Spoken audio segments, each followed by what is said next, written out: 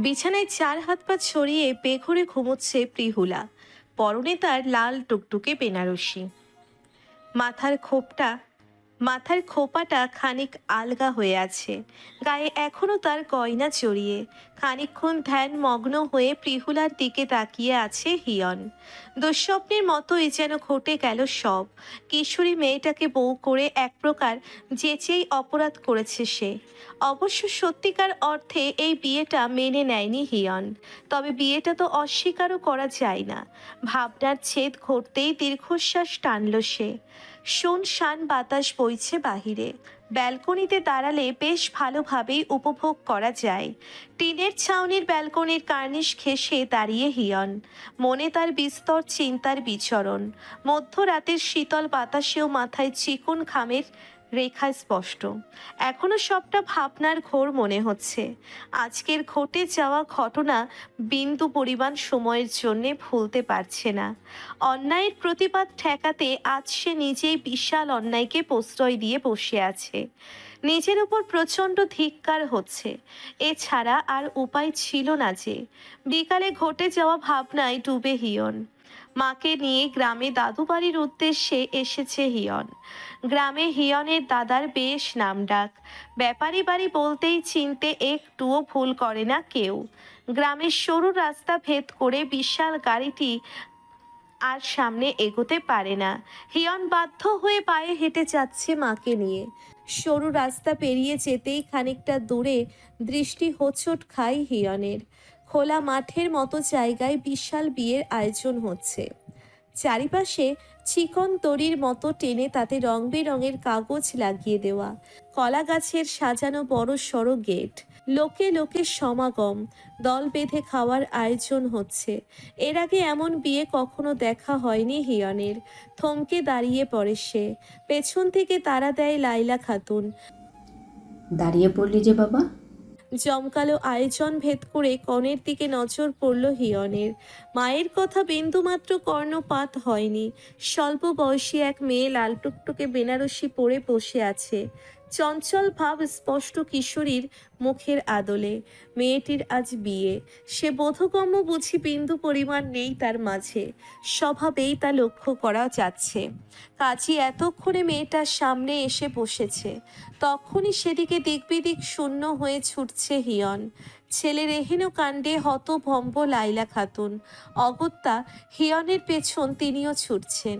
গ্রামের বয়োজ্যেষ্ঠরা উপস্থিত আছেন বিয়ের আসরে। সবার মাঝখানে এসে দাঁড়ালো হিয়ন। জোরালো গলায় বলল, এ বিয়ে হবে না। উপস্থিত সবাই আগন্তুকের এমন কথায় বিস্মিত হয়ে তাকিয়ে। ভরা বিয়ের আসরে কোথা থেকে উদয় হলো এই যুবক? কনের সঙ্গে কোনো যোগসূত্র নেই তো? গ্রাম্য মহিলারা প্রিহুলাকে ঘরের ভেতর নিয়ে গিয়ে আটকে রাখলেন। খাবার রেখে উৎসুক দৃষ্টি ফেলে তাকিয়ে আছে সকলে। কেউ কেউ বা সন্দিহান দৃষ্টি বিয়ের আসর নিস্তব্ধতা কেউ বা সন্দিহান দৃষ্টি নিয়ে পরখ করছে হিয়নকে। মুহূর্তেই ভরা বিয়ের আসর নিস্তব্ধতা বিরাজ করছে। সকলের দৃষ্টি আগত ছেলেটির পানে। বেশভূষা বলছে শহরের উচ্চ শিক্ষিত কোনো যুবক। মোটামুটি বয়সের একজন লোক এগিয়ে এসে হিয়নের উদ্দেশ্যে বললেন, তুমি কেডা বাবাজি? আমার মায়ের সর্বনাশ চাইছো? হিয়ন বুঝতে পেরেছে ইনি হয়তো কিশোরীর পিতা। লোকটির হাত চেপে ধরল হিয়ন। মিনতির স্বরে বলল, আঙ্কেল, এই বিয়েটা আটকানো না হলে মেয়েটির খুব বড় সর্বনাশ হয়ে যাবে। হিয়নের কথায় ভ্রু কুঞ্চিত করে তাকান আরিফ হক। তার মেয়ের বিয়ে ভাঙতে উঠে পড়ে কেন লেগেছে এই যুবক? ঠাওর করে উঠতে পারলেন না। ছেলের এমন গর্বিত কাজে চোখে পানি টলমল করছে লাইলা খাতুনের। এমন ছেলের জন্ম দিতে পেরে সত্যি আজ তিনি ধন্য। তাল মিলিয়ে এগিয়ে আসলেন তিনিও। ছেলের কথার সঙ্গে সহমত পোষণ করে উপস্থিত সবার উদ্দেশ্যে বললেন, আপনার কি জানেন না বাল্যবিবাহ আইনত অপরাধ? লাইলা খাতুনের এমন কথায় ছেলের বাবা বিয়ের আসর ছেড়ে ছেলেকে নিয়ে চলে যাচ্ছেন। এমন অপমান তিনি সহ্য করবেন না জানান। রেনু বেগম পথ আটকে কান্না ছুড়ে দিলেন। কাকুতি মিনতি মিশ্রিত স্বরে বললেন, আমার মাইয়ার এত বড় সর্বনাশ কইরা আপনারে যাইতে পারেন না। আমি কইতেছি এই বিয়া হইব। পরিস্থিতি ভালো বেহাল দশায় পৌঁছিয়েছে। ছেলেকে নিয়ে এই মুহূর্তে বিদেয় না হলে জেলের ভাত খেতে হবে। বিয়ে ভেঙে বরযাত্রী নিয়ে কোনো রকম বিদেয় হলেন আফতাব হোসেন। যাওয়ার আগে রেনু বেগমের কানে ফিসফিস করে বলে গেছেন, সব হিসেব চুকবো পরে। রাগে মাথার রগ ফুলে উঠেছে হিয়নের। হাত দুটো মুষ্টিবদ্ধ করে রাগ সংবরণ করে নিল সে। প্রিহুলার মায়ের সামনে এগিয়ে এসে শান্ত স্বরে বলল, প্লিজ আন্টি, আপনি বোঝার চেষ্টা করুন, আটকাবেন না ওদের। অগ্নি চক্ষু নিক্ষেপ করে তাকায় রেনু বেগম, যেন এক্ষুনি রাগের অনলে ভস্য করে দিবে হিয়নকে। ক্ষিপ্ত স্বর নিয়ে বলেন তিনি, তুমি কেন এমন করতেছো? কি ক্ষতি করছি আমরা তোমার? একজন বয়োজ্যেষ্ঠ লোক এগিয়ে আসলেন। চোখে চশমাটা ভালো মতো এঁটে নিয়ে লাইলা খাতুনের দিকে তাকিয়ে বললেন। তুমি ব্যাপারীর বাড়ি বউ না? লোকটির দিকে তাকিয়ে জবাব দেন লাইলা খাতুন। জি। লোকটি এবার হিয়নের দিকে তাকায় ভালো করে, পরক্ষণে বলে, এতক্ষণে চিনছি, তুমি লিয়াকতের পোলা। হিয়ন লোকটিকে সালাম দিল, তারপর বলল, জি। সব কটা দাঁতের পাটি বের করে হাসলেন বৃদ্ধ। পরক্ষণে হিয়নকে প্রশ্ন করলেন, তা কি করো বাবাজি? জি, সদ্য ডাক্তারি পাশ করেছি। মেলা আইগাছো? জি, দোয়া করবেন। থমথমে পরিবেশটা মুহূর্তেই হট্টগোল পড়ে গেল। গ্রামের লোকেরা মাতব্বরের সাথে সব এক হয়েছে। বিয়ে ভাঙার ফলস্বরূপ সবার চোখে মুখেই রাগের রেখা। মাতব্বর দাঁড়িয়ে উঁচু স্বরে বললেন, মুহূর্তেই মাথায় আকাশ ভেঙে পড়ার মতো অনুভূতি হিয়নের। সে তো শুধু অন্যায়ের প্রতিবাদ করেছে। হিয়ন বিয়ে করলে সেটা তো অপরাধী হবে, তবে বিয়ে ভেঙে ফায়দা হলো কি? ক্রমেই রাগ নিয়ন্ত্রণ হারাচ্ছে। নিজেকে যথাসম্ভব শান্ত রেখে বলে সে, দেখুন, ওর বিয়ের বয়স হয়নি, কেন বুঝতে পারছেন না আপনারা? এখন অযথা বিষয়টা আরো জটিল করতে চাচ্ছেন। গ্রামের মহিলারা কানা ঘোষা করে নিজেদের মধ্যে বলা বলি করছে, শহরের পোলারা ভালো হয় না, মাইয়া নিয়া বেইচা দেয়। নিত্য নতুন কত কাহিনী শুনি খবরের পাতায়। কি ফন্দি নিয়ে আসছে এই পোলা কে জানে। নানান কথা হিয়নের কান অব্দি পৌঁছচ্ছে। এদের মন মানসিকতা দেখে মন থেকে এক প্রকার ধিক্কার আসছে। উপকার করতে এসে উল্টে বিশ্রীভাবে ফেসে যাচ্ছে সে। ইচ্ছে করছে মুখের উপর 2-4টে জবাব দিয়ে দিতে। অবশ্য এখানে বাকবিতণ্ডা করা মানে ঝামেলার বিস্তার ঘটানো। ভালোই সব কিছু মিটিয়ে চলে যেতে পারলেই নিস্তার। লাইলা খাতুন নীরব দর্শকের মতো তাকিয়ে দেখছেন সব। ছেলের অমন কাজে মায়ের মন গর্বিত হয়েছে ঠিকই, কিন্তু এই ঝামেলা থেকে এখন ছেলেকে উদ্ধার করবেন কি করে? এখানে আসার পূর্বে মায়ের থেকে অনুমতি নেওয়ার প্রয়োজন ছিল হিয়নের। পরিস্থিতি হাতের নাগালে চলে গেছে। একজন বয়োজ্যেষ্ঠ লোক, যিনি মূলত গ্রাম প্রধান, এগিয়ে এসে বললেন, শোনো বাবাজি, গ্রামে আমাগো মায়া আছে। এই পিহুলের জন্য তো পুরো গ্রামের বদনাম হইতে দিতে পারি না। এদের কথা দফায় দফায় অবাক করে হিয়নকে। একটা বাল্য মেয়ের বিয়ে ভাঙার ফলে গোটা গ্রাম কেন বদনামের শিকার হবে? কিছুই তো মাথায় প্রবেশ করছে না। চোখ মুখ কুঁচকে বলল হিয়ন। হিয়নের কথাটুকু কেড়ে নিয়ে বললেন লাইলা খাতুন, এই বিয়ে হবে, অপরাধ যেহেতু আমার ছেলের, তার মাসুলি হিউনি দেবে। আপনারা বিয়ের বন্দোবস্ত করুন। আশ্চর্য হয়ে মায়ের কথা শুনছে হিয়ন। বিয়ের বন্দোবস্ত করবে মানে? বললেই কি হয়ে গেল? এই কিশোরীকে বিয়ে করে অপরাধের বোঝা কাঁধে নেওয়ার কোনো রকম ইচ্ছে নেই হিয়নের। দরকার হয় থানায় যাবে সে। ইনি যদি গ্রাম প্রধান আর বিচারক হন, তার উপরও অবশ্যই বিচারক আছেন। দেশে আইন বলতে কিছু আছে। এদের সব কয়টাকে জেলে পুরবে হিয়ন। রাগে সর্বাঙ্গ কাঁপছে তার। চোয়াল শক্ত করে মায়ের দিকে কাঠিন্য দৃষ্টি ফেলে বলে সে, মামুনি, তুমি কি বললে? এটা ভেবে বলছো? একজনের উপকার করেছি বলে কি এখন সেই বিয়ে ভাঙার দায় আমার? কেন? এর সঙ্গে প্রতিবাদ করার মতো সাধ্য আমার আছে। কি ভেবেছে ওরা? যা বলবে চুপচাপ মেনে নেব আমরা? করুণ দৃষ্টি ফেলে ছেলের পানে তাকালেন লাইলা খাতুন। ছেলে তার শহরে মানুষ হয়েছে, গ্রামের হালচালের ব্যাপারে পুরোপুরি অজ্ঞ সে। চোখ বুজে তপ্ত শ্বাস ফেলেন তিনি।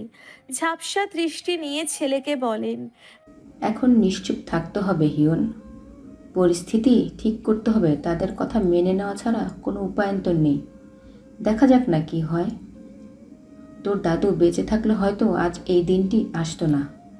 গ্রামের গণ্যমান্য ব্যক্তি ছিলেন তোর দাদা, রেষারেষিও ছিল অনেকের সঙ্গে।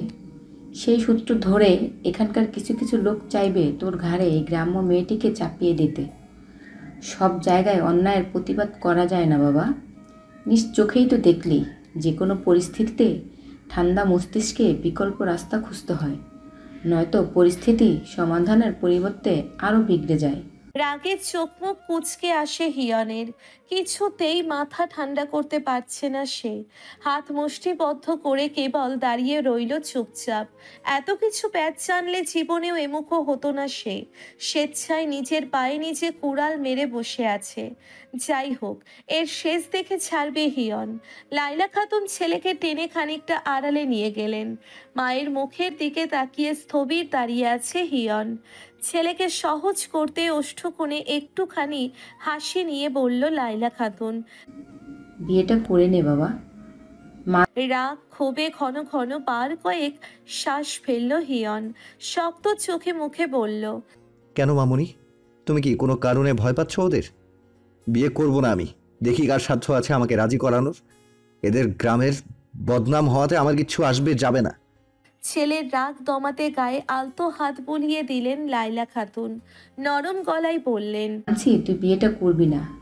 বিয়ে করতে আসা ছেলেটাকে জেলে পুরে দেবে, কিন্তু ছেলেটা তো কাল থানা থেকে ঠিকই ছাড়া পেয়ে যাবে। তারপর মেয়েটাকে ঠিক বিয়ে করে নেবে। তাহলে তোর এই প্রতিবাদ করে কি লাভ হলো? আপাতত তুই নামমাত্র বিয়ে করে নে। এই মেয়ের সঙ্গে সংসার করতে হবে না তোর। মেয়েটির সম্পূর্ণ দায়িত্ব আমার। মায়ের কথা খানিকটা যুক্তিযুক্ত মনে হয়েছে হিয়নের। সে চলে গেলে আজ না হয় কাল ঠিকই তো মেয়েটার বিয়ে হয়ে যাবে। তার চেয়ে বরং মায়ের কাছে দায়িত্ব হস্তান্তর করাই শ্রেয়। রেনু বেগম মেয়ে দিতে নারাজ। আরিফ হক গ্রামের মাতুব্বরের উপর কথা বলতে পারছেন না, যেহেতু হিয়ন ভরা বিয়ের আসরে সবটা ভেস্তে দিয়েছে। এখন তার দায় সে বহন করবে। মাতব্বরের আদেশে অবশেষে বিয়েটা হয়ে গেল। রাগের শরীর রিরি করছে হিয়নের। রেনু বেগম মরা কান্না জুড়লেন। স্বপ্নের মতোই যেন ঘটে গেল সব। মেয়েকে তো এতদূর পাঠানোর কোনো রকম ইচ্ছে ছিল না তার। একমাত্র মেয়েকে ছেড়ে কি করে থাকবে রেনু? ভাবতেই যে কলিজা কামড়ে ওঠে। গ্রামের লোকগুলোর কথা মেনে নিয়ে কোনো ভুল করেনি তো? মায়ের মন নানান দুশ্চিন্তায় পিষিয়ে ওঠে। লাইলা খাতুন এগিয়ে আসলেন। রেনু বেগমের হাত চেপে ধরে অভয়ের স্বরে বললেন, পুত্রবধূ নয়, নিজের মেয়ে হিসেবে নিয়ে যাচ্ছি প্রিহলাকে। একদিন ঠিক যোগ্য করে গড়ে তুলে নিয়ে আসবো তাকে। সেদিন এটাই হবে পুরো গ্রামের জন্য একটি দৃষ্টান্তমূলক শিক্ষা। আর আপনার মেয়ে আপনার কাছেই ফিরিয়ে দিয়ে যাব, কথা দিলাম আমি। আবছা ধোঁয়াশা অম্বর আধার কেটে ক্রমেই শুভ্র বর্ণ ধারণ করছে। ভোর হতে চলল। নাম না জানা পাহাড়ি পাখির কিচির মিচির শব্দে মুখরিত ধরণী। যতদূর দৃষ্টি যায়, দূরে জঙ্গলের গাছপালাগুলো আবছা আলোয় দানবের মতো দাঁড়িয়ে আছে। মিহি নির্মল বাতাস বইছে। ভাবনার অবসান ঘটে হিয়নের। বুক ভরে প্রলম্বিত শ্বাস নিল সে। গ্রামের লোকগুলোর এমন ভাবনা কেন ভেবে পায় না? নিয়ম অনুযায়ী প্রিহুলাকে হিয়নের ঘরে রেখে গেছে গ্রামের মহিলারা। শব্দহীন পায়ে রুমে প্রবেশ করে হিয়ন। ফাঁকা বিছানায় চোখ পড়তেই আঁতকে উঠল। সে কি মুহূর্তেই কোথায় উধাও হয়ে গেল মেয়েটি? কেবল ভোরের আলো ফুটেছে বাহিরে। রুমের কাঠের দরজাখানা ভেজানো। চিন্তার ভাঁজ ফুটে ওঠে হিয়ানের কপাল জুড়ে। টিপটপ পায়ে এসে উঠোনে এসে দাঁড়ায় সে।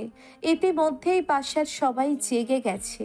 গ্রাম্য মহিলারা খুব ভোরে ওঠে তাদের কাজে লেগে পড়ে। লাইলা খাতুন হিয়নকে দেখতে পেয়েই এগিয়ে আসলেন। শান্ত স্বরে শুধালেন, কি বাবা, ঘুম ভাঙলো? হিয়ন খানিকটা ইতস্তত বোধ করছে। কাছুমাছু ভাব দেখে কিছু একটা আন্দাজ করতে পেরে ছেলেকে আড়ালে টেনে নিয়ে গেলেন লাইলা খাতুন। চিন্তিত স্বরে জিজ্ঞেস করলেন, বাবা, তোকে খুব চিন্তিত লাগছে। চশমাটা বাহাতে ভালো করে চোখে এঁটে নিল হিয়ন। অসহায় ভঙ্গিতে বলল, মামুনি, ভোর হতেই দেখি মেয়েটা রুমে নেই। মানে তুমি কি তাকে কোথাও দেখেছো? ভয়ানক চাহনি লাইলা খাতুনের। মিনমিন গলায় বললেন তিনি। তুই কি কিছু বলেছিলি মেয়েটাকে? তপ্ত শ্বাস ফেলে হিয়ন, পরক্ষণে বলে। এখন পর্যন্ত কথা হয়নি, নামটা মনে আছে শুধু। কাল রাতে রুমে প্রবেশ করে দেখি মেয়েটা বেঘরে ঘুমাচ্ছে, জাগাইনি আমি। টুনিকে নিয়ে মেয়েটার খোঁজ কর, আমি ওকে ডেকে দিচ্ছি। ঠিক আছে। আর শোন, তোর বাবা এই গ্রামে আসছে, সাথে তিতিনও নাকি আসছে। বিচলিত হয়ে জিজ্ঞেস করে হিয়ন। বাবাইকে বলে দিয়েছো সব? হ্যাঁ, এত বড় একটা ঘটনা ঘটেছে, বলবো না? তোর বাবা একটুও নারাজ হয়নি, শুনেই তিনি ধেই ধেই করে ছেলের বউ দেখতে চলে আসছেন। আহ্লাদে আটখানা হয়ে আছেন তোর বাবাই। দীর্ঘশ্বাস ছাড়ে হিয়ন। সে খুব ভালো মতোই জানে হিয়নের বিয়ের খবর শুনে সবচেয়ে বেশি খুশি তার বাবাই ছাড়া আর কেউ হবে না। বিয়ে কর বলে কানটা অকিচ্ছু করে দিয়েছিল প্রায়। টুনির ডাকে ধ্যান ভাঙল হিয়নের। সম্মুখে দাঁড়ানো 10-11 বয়সী এক কন্যা, মাথায় 2 বিনুনি পাকানো, লাল রঙা ফ্রক গায়ে জড়িয়ে হাসি মুখে বলল। ভাইয়া চলো, আমি জানি পিউলা আপু কোথায় গেছে। হাসি ফিরিয়ে দিয়ে বলল হিয়ন। তাহলে নিয়ে চলো। উঠোন ডিঙিয়ে বাড়ির সদর দরজায় আসতেই হিয়নের দাদি জমেলা খাতুন ডেকে বললেন। ও দাদা ভাই, ভোর সকালে কই যাস? দাদির দিকে তাকিয়ে দীর্ঘশ্বাস ফেলে জবাব দেয় হিয়ন। তোমার নাত বউকে খুঁজতে। জমেলা খাতুন ঈষৎ রাগ নিয়ে চোখ বড় বড় করে বললেন। কি কস? সেমনি এত সাহস? আমার দাদা ভাইয়ের চোখ ফাঁকি দিয়া পালায়? শব্দ করে হেসে বলল হিয়ন। আগে ধরে তো নিয়ে আসি, তারপর যা শাস্তি দেওয়ার দিও তুমি। সেমনি ঠ্যাং ভাঙমু আইস। বিয়ার পরের দিন সকাল সকাল এইভাবে পালায় কেউ? কই স্বামীর যত্নত্তি করব, তা না কইরা ঢিঙ্কিপনা করছে। তপ্তশ্বাস ফেলল হিয়ন। মেয়েটার বোধগম্যই বা আর কতটুকু? এই বয়সে হেসে খেলে বেড়াবে, সহপাঠীদের সঙ্গে স্কুলে যাবে, তা না করে বাবা মা জ্যান্ত বলে দিল ছোট্ট মেয়েটির সমস্ত আশা, স্বপ্ন, ইচ্ছেকে। পরক্ষণে টুনিকে নিয়ে বেরিয়ে পড়ল হিয়ন। গ্রামের আঁকা বাঁকা অসমতল পথ অতিক্রম করে হেঁটে চলেছে ধীর গতিতে। ভোরের গ্রাম যত দেখছে ততই মুগ্ধ হচ্ছে হিয়ন। প্রকৃতির আসল রূপ বুঝি গ্রামেই। কৃষকেরা হাতে বিভিন্ন সরঞ্জাম নিয়ে জমি চাষে নেমে পড়েছে সেই সকালে। অবাক দৃষ্টি নিয়ে চারিপাশ দেখছে হিয়ন। ভাবছে শহরে ইট পাথরের লেপনে সব ঢাকা, চারিদিকে শুধুই কৃত্রিমতার ছড়াছড়ি। কিছুটা পথ যেতেই টুনিকে তাড়া দেয় হিয়ন। টুনি, আর কতক্ষণ? হেলে দুলে হাঁটছিল টুনি, পা দুটো থামিয়ে পেছনে ফিরে তাকিয়ে বলল। আর বেশি পথ নেই ভাইয়া, এই পুকুরটা পার হলেই। অবাক হয়ে বলে ওঠে হিয়ন। কি বলিস? নৌকা বাইবে কে? হিয়নের কথা শুনে মুক্তোর দানার মতো দাঁত নিয়ে খিলখিলিয়ে হেসে ওঠে টুনি। আর চোখে তাকায় হিয়ন। সে যে নৌকা বাইতে পারদর্শী নয়, এটা কি পিচ্ছি টুনি বুঝে গেল? নিজের কাছে কেমন লজ্জিত অনুভব হলো। সাহসিকতার সহিত নৌকায় পা রেখে বলল টুনি। আমি আছি তো ভাইয়া। হিয়ন দমে যেতেই যেন টুনির কণ্ঠে জোরালো আত্মবিশ্বাস। নিশ্চুপ নৌকায় উঠে বসে হিয়ন। দক্ষতার সহিত টুনির নৌকা চালানো দেখে কিঞ্চিত অবাকই হয় সে। মেয়েটার সম্পর্কে চাচাতো বোন হয় হিয়নের। খুব ছোট কালে বোধ হয় একবার দেখেছিল তাকে, যখন সদ্য জন্ম নিয়েছিল টুনি। দাদার মৃত্যুর পর কালে ভদ্রেও আর গ্রামের চেহারা দর্শন হয়নি। জায়গা জমি নিয়ে কিছুটা ঝামেলা হওয়ায় শহরে খবর পাঠিয়েছেন দাদি। সেই সুবাদে এক প্রকার দ্রুত মাকে নিয়ে গ্রামে ছুটে আসে হিয়ন। কিন্তু এখানে এসে পরিস্থিতি তালগোল পাকাবে সেটা কল্পনাতীত ছিল। নৌকা চালাতে চালাতে গল্পে জুড়েছে টুনি। জানো ভাইয়া, পিহুলা আপু পড়াশোনায় অনেক ভালো, বৃত্তি পেয়েছে। এই বিয়ের খবর স্কুলের মাস্টার জানে না, নয়তো বিয়েটা আটকাতেন তিনি। দিঘির শান্ত জলের পানে স্থির দৃষ্টি হিয়নের। এত মেধাবী ছাত্রী, তবে তার বাবা মা ছোট্ট কিশোরীর স্বপ্নকে গলা টিপে হত্যা কেন করতে চেয়েছে? নিজের সন্তানের এত বড় ক্ষতি কি করে চাইতে পারলো? অবশ্য মায়ের উপর পূর্ণাঙ্গ বিশ্বাস আছে হিয়নের। তিনি যখন মেয়েটির দায়িত্ব নিয়েছেন অবশ্যই তা ঠিকঠাক পালন করবেন। তপ্তশ্বাস ছেড়ে শুধাই হিয়ন। কোন ক্লাসে পড়ে তোর প্রিহুলা আপু? 8ম শ্রেণীতে। আশ্চর্যে কিয়ৎক্ষণের জন্য মুখ হয়ে রইল হিয়ন। মেয়েটাকে দেখে ভেবেছিল বোধহয় 10ম শ্রেণীর ছাত্রী হবে, এখন তো দেখছে নিতান্তই বাচ্চা মেয়ে। পিহুলার বাবা মায়ের প্রতি মনে মনে চরম ক্ষিপ্ত হলো হিয়ন। তার বিচার বুদ্ধিতে তাদের জ্ঞানশূন্য বলেই আখ্যায়িত করলো, নয়তো সজ্ঞানে কোনো পিতা মাতা সন্তানের এত বড় সর্বনাশ চাইবে বলে মনে হলো না। নিজের রাগটুকু সংগোপনে আড়ালে ঢেকে রেখে স্বাভাবিক হয়ে বলল, এত ছোট বয়সে কেন বিয়ে দিতে চেয়েছে ওর বাবা মা? নৌকা চালাতে মনোযোগী টুনি ঠোঁট উল্টে জবাব দিল, আমাদের গ্রামে তো এর চাইতো নিচের শ্রেণীর মেয়েদের বিয়ে হয়। কদিন আগেও তো 5ম শ্রেণীতে পড়ুয়া আলিয়ার বিয়ে হলো। রাগে কথা আটকে আসে হিয়নের। গ্রামের কিছু লোক কবে নাগাদ প্রাচীন প্রথা থেকে বের হয়ে আসবে জানা নেই। যুগ পাল্টেছে, সব কিছুই আধুনিক হয়েছে, তবে এরা কেন যুগের সাথে তাল মেলাতে পারছে না? এভাবে ভেবে পায় না হিয়ন। দিঘির একপাশে রৌদ্রের আলো পড়েছে ঘটা করে। নৌকা ভিড়িয়ে সেদিকেই নিয়ে গেল টুনি। উজ্জ্বল দীপ্তের মতো আলোটুকু ছুঁয়ে দিল হিয়নের রাগত্ব কঠোর চোখে মুখে। নৌকা এপারে আসতেই তারা নিয়ে নেমে পড়ল টুনি। পরক্ষণে সামনে শক্তপোক্ত গাছে বেঁধে নিল নৌকার দড়ি। ততক্ষণে নেমে দাঁড়িয়েছে হিয়ন। সামনে প্রশস্ত বিশাল বাগান, বাহারি ফলের চাষ সেখানে। ছোট্ট একটা কাঠের দরজা দিয়ে ভেতরে প্রবেশ করতে হয়। চারিপাশটা বাঁশ বেঁধে বাউন্ডারি করা। হাঁটতে হাঁটতে টুনি জানায় এটা প্রিহুলার দুঃসম্পর্কের চাচার বাগান। প্রায়শই সে এখানে ঘুরতে আসে প্রিহুলার সঙ্গে। টুনিকে অনুসরণ করে হাঁটতে হাঁটতে চোখ ঘুরিয়ে বাগান বিলাসে মত্ত হিয়ন। বেশ অনেক পদের ফলের গাছ লক্ষ্য করা যাচ্ছে। অনেকটা জায়গা জুড়ে যে বিশাল এই ফল বাগান তা আর বলার অপেক্ষা রাখে না। বেশ বড়সড় একটা পেয়ারা গাছের নিচে দাঁড়ায় টুনি। থমকে দাঁড়িয়ে বলে হিয়ন, কিরে দাঁড়িয়ে পড়লি যে? ইশারায় উপরের দিকে তাক করে বলে ওঠে টুনি। উপরে দেখো ভাইয়া। মাথা তুলে উপরে তাকায় হিয়ন। মুহূর্তেই চমকে ওঠে। বড়সড় এক ধাক্কা খায় সে। অবাক চোখে কেবল তাকিয়ে থাকে। গাছের ডালায় বসে পা ঝুলিয়ে দিব্যি আয়েশ করে পেয়ারা খাচ্ছে প্রিহুলা। শাড়ির আঁচল অনেকটা নিচে ঝুলছে। শাড়ি পরে এই মেয়ে গাছে কি উঠল? কিছুতেই মাথায় প্রবেশ করছে না হিয়নের। কিঞ্চিত রাগ ভাব নিয়ে ডেকে ওঠে সে, এই মেয়ে, নিচে নেমে এসো। গম্ভীর ভরাট পুরুষালী কণ্ঠস্বর পেতেই ভয়ানক চমকে উঠল প্রিহুলা। তাৎক্ষণিক নিচে তাকাতেই রাগত্ব হিয়নকে আবিষ্কার করলো। পরক্ষণে এক আকাশ সমপরিমাণ ভয় নিয়ে গাছ থেকে নেমে দাঁড়ালো। গায়ে এখনো তার বেনারসি জড়িয়ে, আঁচলটা মেঝেতে পড়ে কড়াকড়ি খাচ্ছে। মাথার খোপাটা এলোমেলো হয়ে আধো খুলে আছে, কেবল গায়ের গয়নাগুলো নেই। বাচ্চা মেয়ের ভয়ের ছাপ স্পষ্ট প্রিহুলার মুখবয়বে।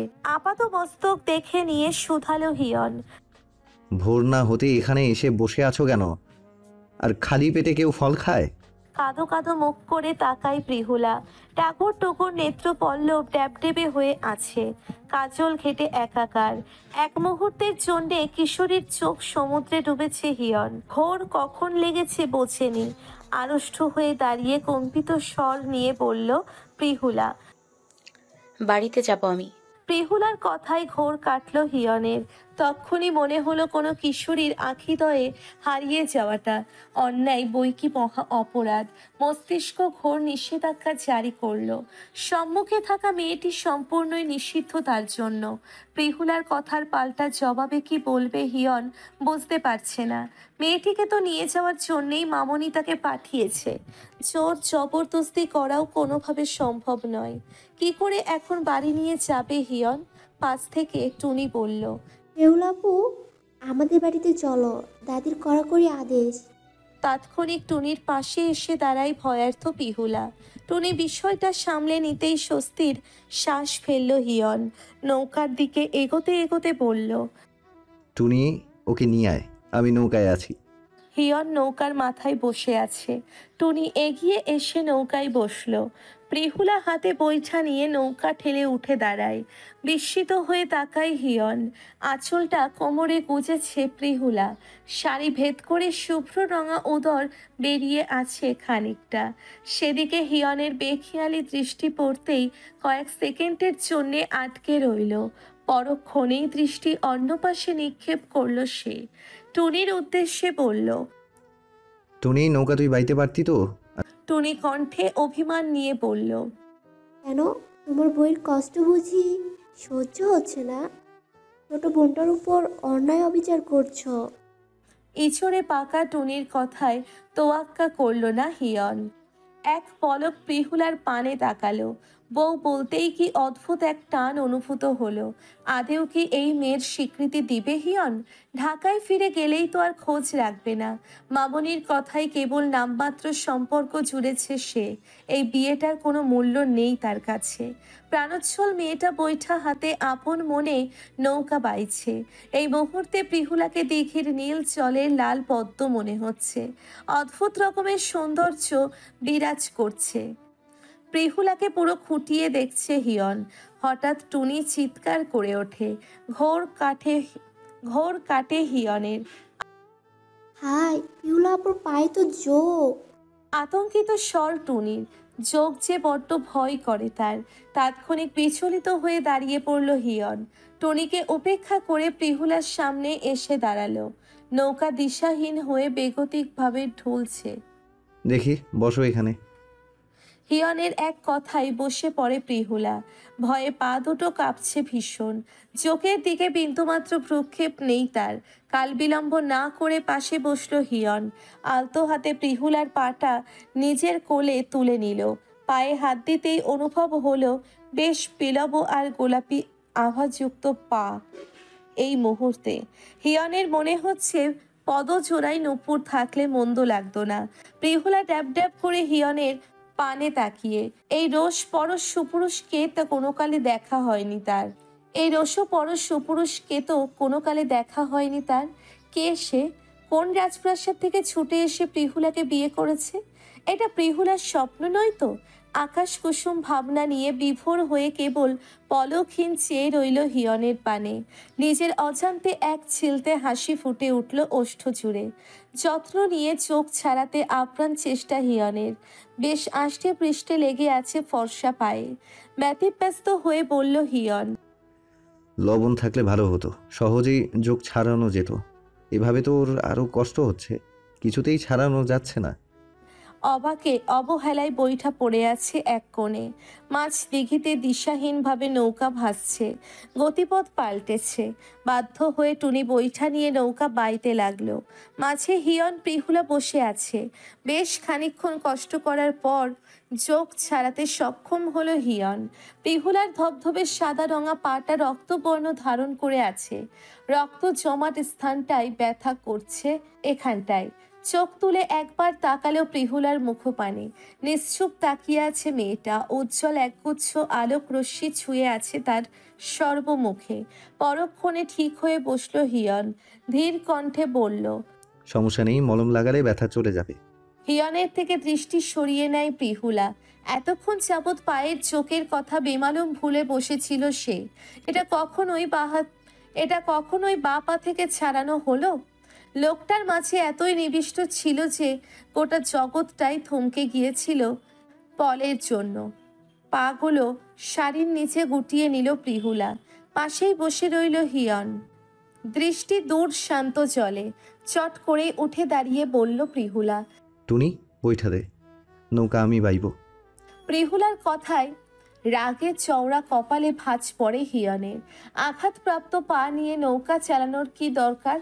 টুনি তো দিব্যি চালিয়ে নিচ্ছে। দিঘির প্রায় 1/3 পার হয়েছে নৌকা। খানিকটা পেরোলেই তীরে ভিড়ে যাবে। প্রিহুলার দিকে তাকিয়ে বলল টুনি, বিষয় তো পড়ছি আপু। অগত্যা চুপচাপ বসে থাকে প্রিহুলা। হিয়নরা বাড়ির উঠোনে প্রবেশ করতেই জমেলা খাতুন পথ আটকালেন। বৃদ্ধার আগে চোখ মুখ কুচকে প্রিহুলার পানে তাকিয়ে বললেন, জামাই রেখা সাত সকালে ড্যাং ড্যাং কইরা কই গেছিলি তুই? বিয়ার দিন সকালে নতুন বউ এইভাবে ঘর ছেড়া পালায়? ভয়ার্থ প্রিহুলা অপ্রতিভ দৃষ্টি নিয়ে বার কয়েক চোখের পাতা ঝাপটায়। কম্পিত স্বর নিয়ে বলে, আমি তো বাগানে গিয়েছিলাম দাদি। ওই সেমরি ওই, বোধ বুদ্ধি নাই তোর? অহন কি পাড়া বেড়াইতে পারবি আর? কেন পাবো না? অকপটে প্রশ্ন প্রিহুলার। কপাল চাপড়ে বলে জমেলা, বিয়া হইছে না তোর? আজকেই তরে নিয়া ওরা ঢাকায় চলে যাইব, তখন ওই ড্যাং ড্যাং ছুটবো তোর। দাদির কথা শুনে ভয়ে কলিজা কামড়ে ধরে প্রিহুলার। বিয়ের পর সে ঢাকায় চলে যাবে? এমন তো কোনো কথা হয়নি। না তো এ ব্যাপারে কিছু বলেনি তাকে। নিজের পরিবার ছেড়ে কোথাও যাবে না প্রিহুলা। ওরা বললেই হলো নাকি? মুখ বাঁকিয়ে বলল সে, আমি শহরে যাব না। ইস, তুই যাবি না কইলেই হইল? তোরে কি বিয়া করছে গ্রামে রাইখা যাওয়ানোর জন্য? তোর ঢঙের কথা শুই না গা পিত্তি জইলা যাইতাছে। লাইলা খাতুন এগিয়ে এসে শাশুড়ির ঝগড়া থামালেন। ছোট্ট মেয়েটার সঙ্গে পায়ে পায়ে ঝগড়া বাঁধিয়েছে জমেলা খাতুন। হিয়নের বিয়ের সম্পর্কে এখন গ্রামের সকলেই অবগত। এই নিয়ে অবশ্য কিঞ্চিত রাগ জমেলা খাতুন। কেন নিজের ছেলের জীবনটা এভাবে ধ্বংসের মুখে ঠেলে দিল লাইলা? অমন চাঁদের মতো দেখতে শিক্ষিত ডাক্তার নাতি তার, এমন অযোগ্য নাতবউ তিনি মেনে নিতে পারছেন না। বিয়ের পূর্বে হিয়নের কাকাকে বিষয়টা জানালে এতদূর গড়াতো না নিশ্চয়ই। মুখ ফুলিয়ে স্থান ত্যাগ করে জমেলা খাতুন। তপ্ত শ্বাস ফেলে শাশুড়ির বিয়ের প্রসঙ্গ নিয়ে যে হিয়নের দাদি বেজায় রেগে আছেন তা আর বলার অপেক্ষা রাখে না। চাইলে প্রতিবাদ করে বিয়েটা ঠেকিয়ে দিতে পারতেন লাইলা খাতুন। অবশ্য প্রচণ্ড ঝামেলাও পোহাতে হতো এই নিয়ে। সবচেয়ে বড় কথা, তিনি স্বেচ্ছায় সম্মতি নিয়েই ছেলেকে বিয়ে করিয়েছেন। নামমাত্র বিয়ে, মেয়েটার ভালো চাইতেই তার এই সিদ্ধান্ত গ্রহণ। গ্রামের কিছু সংখ্যক লোককে শিক্ষা দেওয়ার জন্যেই প্রিহুলার দায়িত্ব নিয়েছেন তিনি, যেন পরবর্তীতে গ্রামে বাল্য বিয়ের মতো অন্যায় আর না হয়। হিয়ন যে প্রতিবাদ করে কোনো ভুল করেনি, যেটা 2-3 বছর পর সবাই ঠিকই বুঝতে পারবে।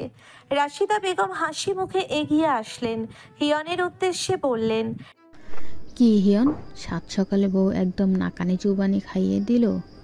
খাঁচা ছেড়ে কোথায় পালিয়েছিল? কাকিমার কথা শুনে চমকে উঠল হিয়ান। বউ কথাটা শুনলেই বুকের ভিতর কেমন এক অদ্ভুত অনুভূতির সৃষ্টি হয় তার, যে অনুভূতির নাম অজানা। সবাই খুশি মনেই যেন সবটা মেনে নিয়েছে। কাকিমার কথার প্রতি উত্তরে একটুখানি হাসি ফিরিয়ে দিয়ে ঘরে চলে গেল হিয়ন। সবার সঙ্গে খুশি মনে সব কিছুতে হাল মেলাতে গিয়ে যেন হাঁপিয়ে উঠছে সে। ঢাকায় গেলেই কেবল হাঁপ ছেড়ে বাঁচবে। এক মুহূর্তের জন্য মনে হচ্ছে এটা একটা দুঃস্বপ্ন হয়ে যাক, ঘুম ভাঙলেই যার সমাপ্তি। রাশিদা বেগম প্রিহুলাকে ডেকে ভেতরের ঘরে নিয়ে গেলেন। বাধ্য মেয়ের মতো পিছু পিছু চলল প্রিহুলা। সবার অবশ্য প্রিহুলাকে অপছন্দ হলেও রাশিদার কাছে বেশ ভালো লাগে তাকে। মেয়েটাকে হেলা অবহেলার পাত্রী বলে বিবেচিত করা হলেও প্রিহুলা যে যথেষ্ট মেধাবী ছাত্রী সে সম্পর্কে খুব ভালো করে অবগত রাশিদা। মেয়েটার বিদ্যার প্রতিভা প্রকাশের পূর্বেই ডানা হেঁটে দিয়েছে তার পিতামাতা। আলমারি থেকে এক সেট নতুন জামা বের করলেন রাশিদা। প্রিহুলার হাতে ধরিয়ে দিয়ে বললেন গোসল করে তৈরি হয়ে আসতে। মাথা কাত করে সাই জানিয়ে বেরিয়ে গেল প্রিহুলা। বাড়ির সদর দরজা থেকে লিয়াকত ব্যাপারীর হাঁক শোনা গেল। ছেলের বউ দেখতে সুদূর ঢাকা থেকে ছুটে এসেছেন ভদ্রলোক।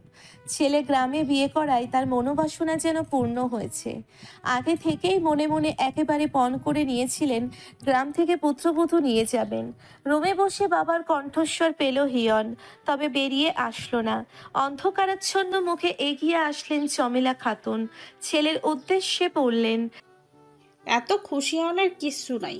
অশিক্ষিত এক মাইয়া পোলার বউ কইরা সে লাইলা গ্রামের এত বড় এক কাণ্ড ঘটাই গেল। একটাবার আমাকে জানানোর প্রয়োজন মনে করল না তোর বউ? জহিদে জানাইলে তো এই বিয়া হইতেই দিত না।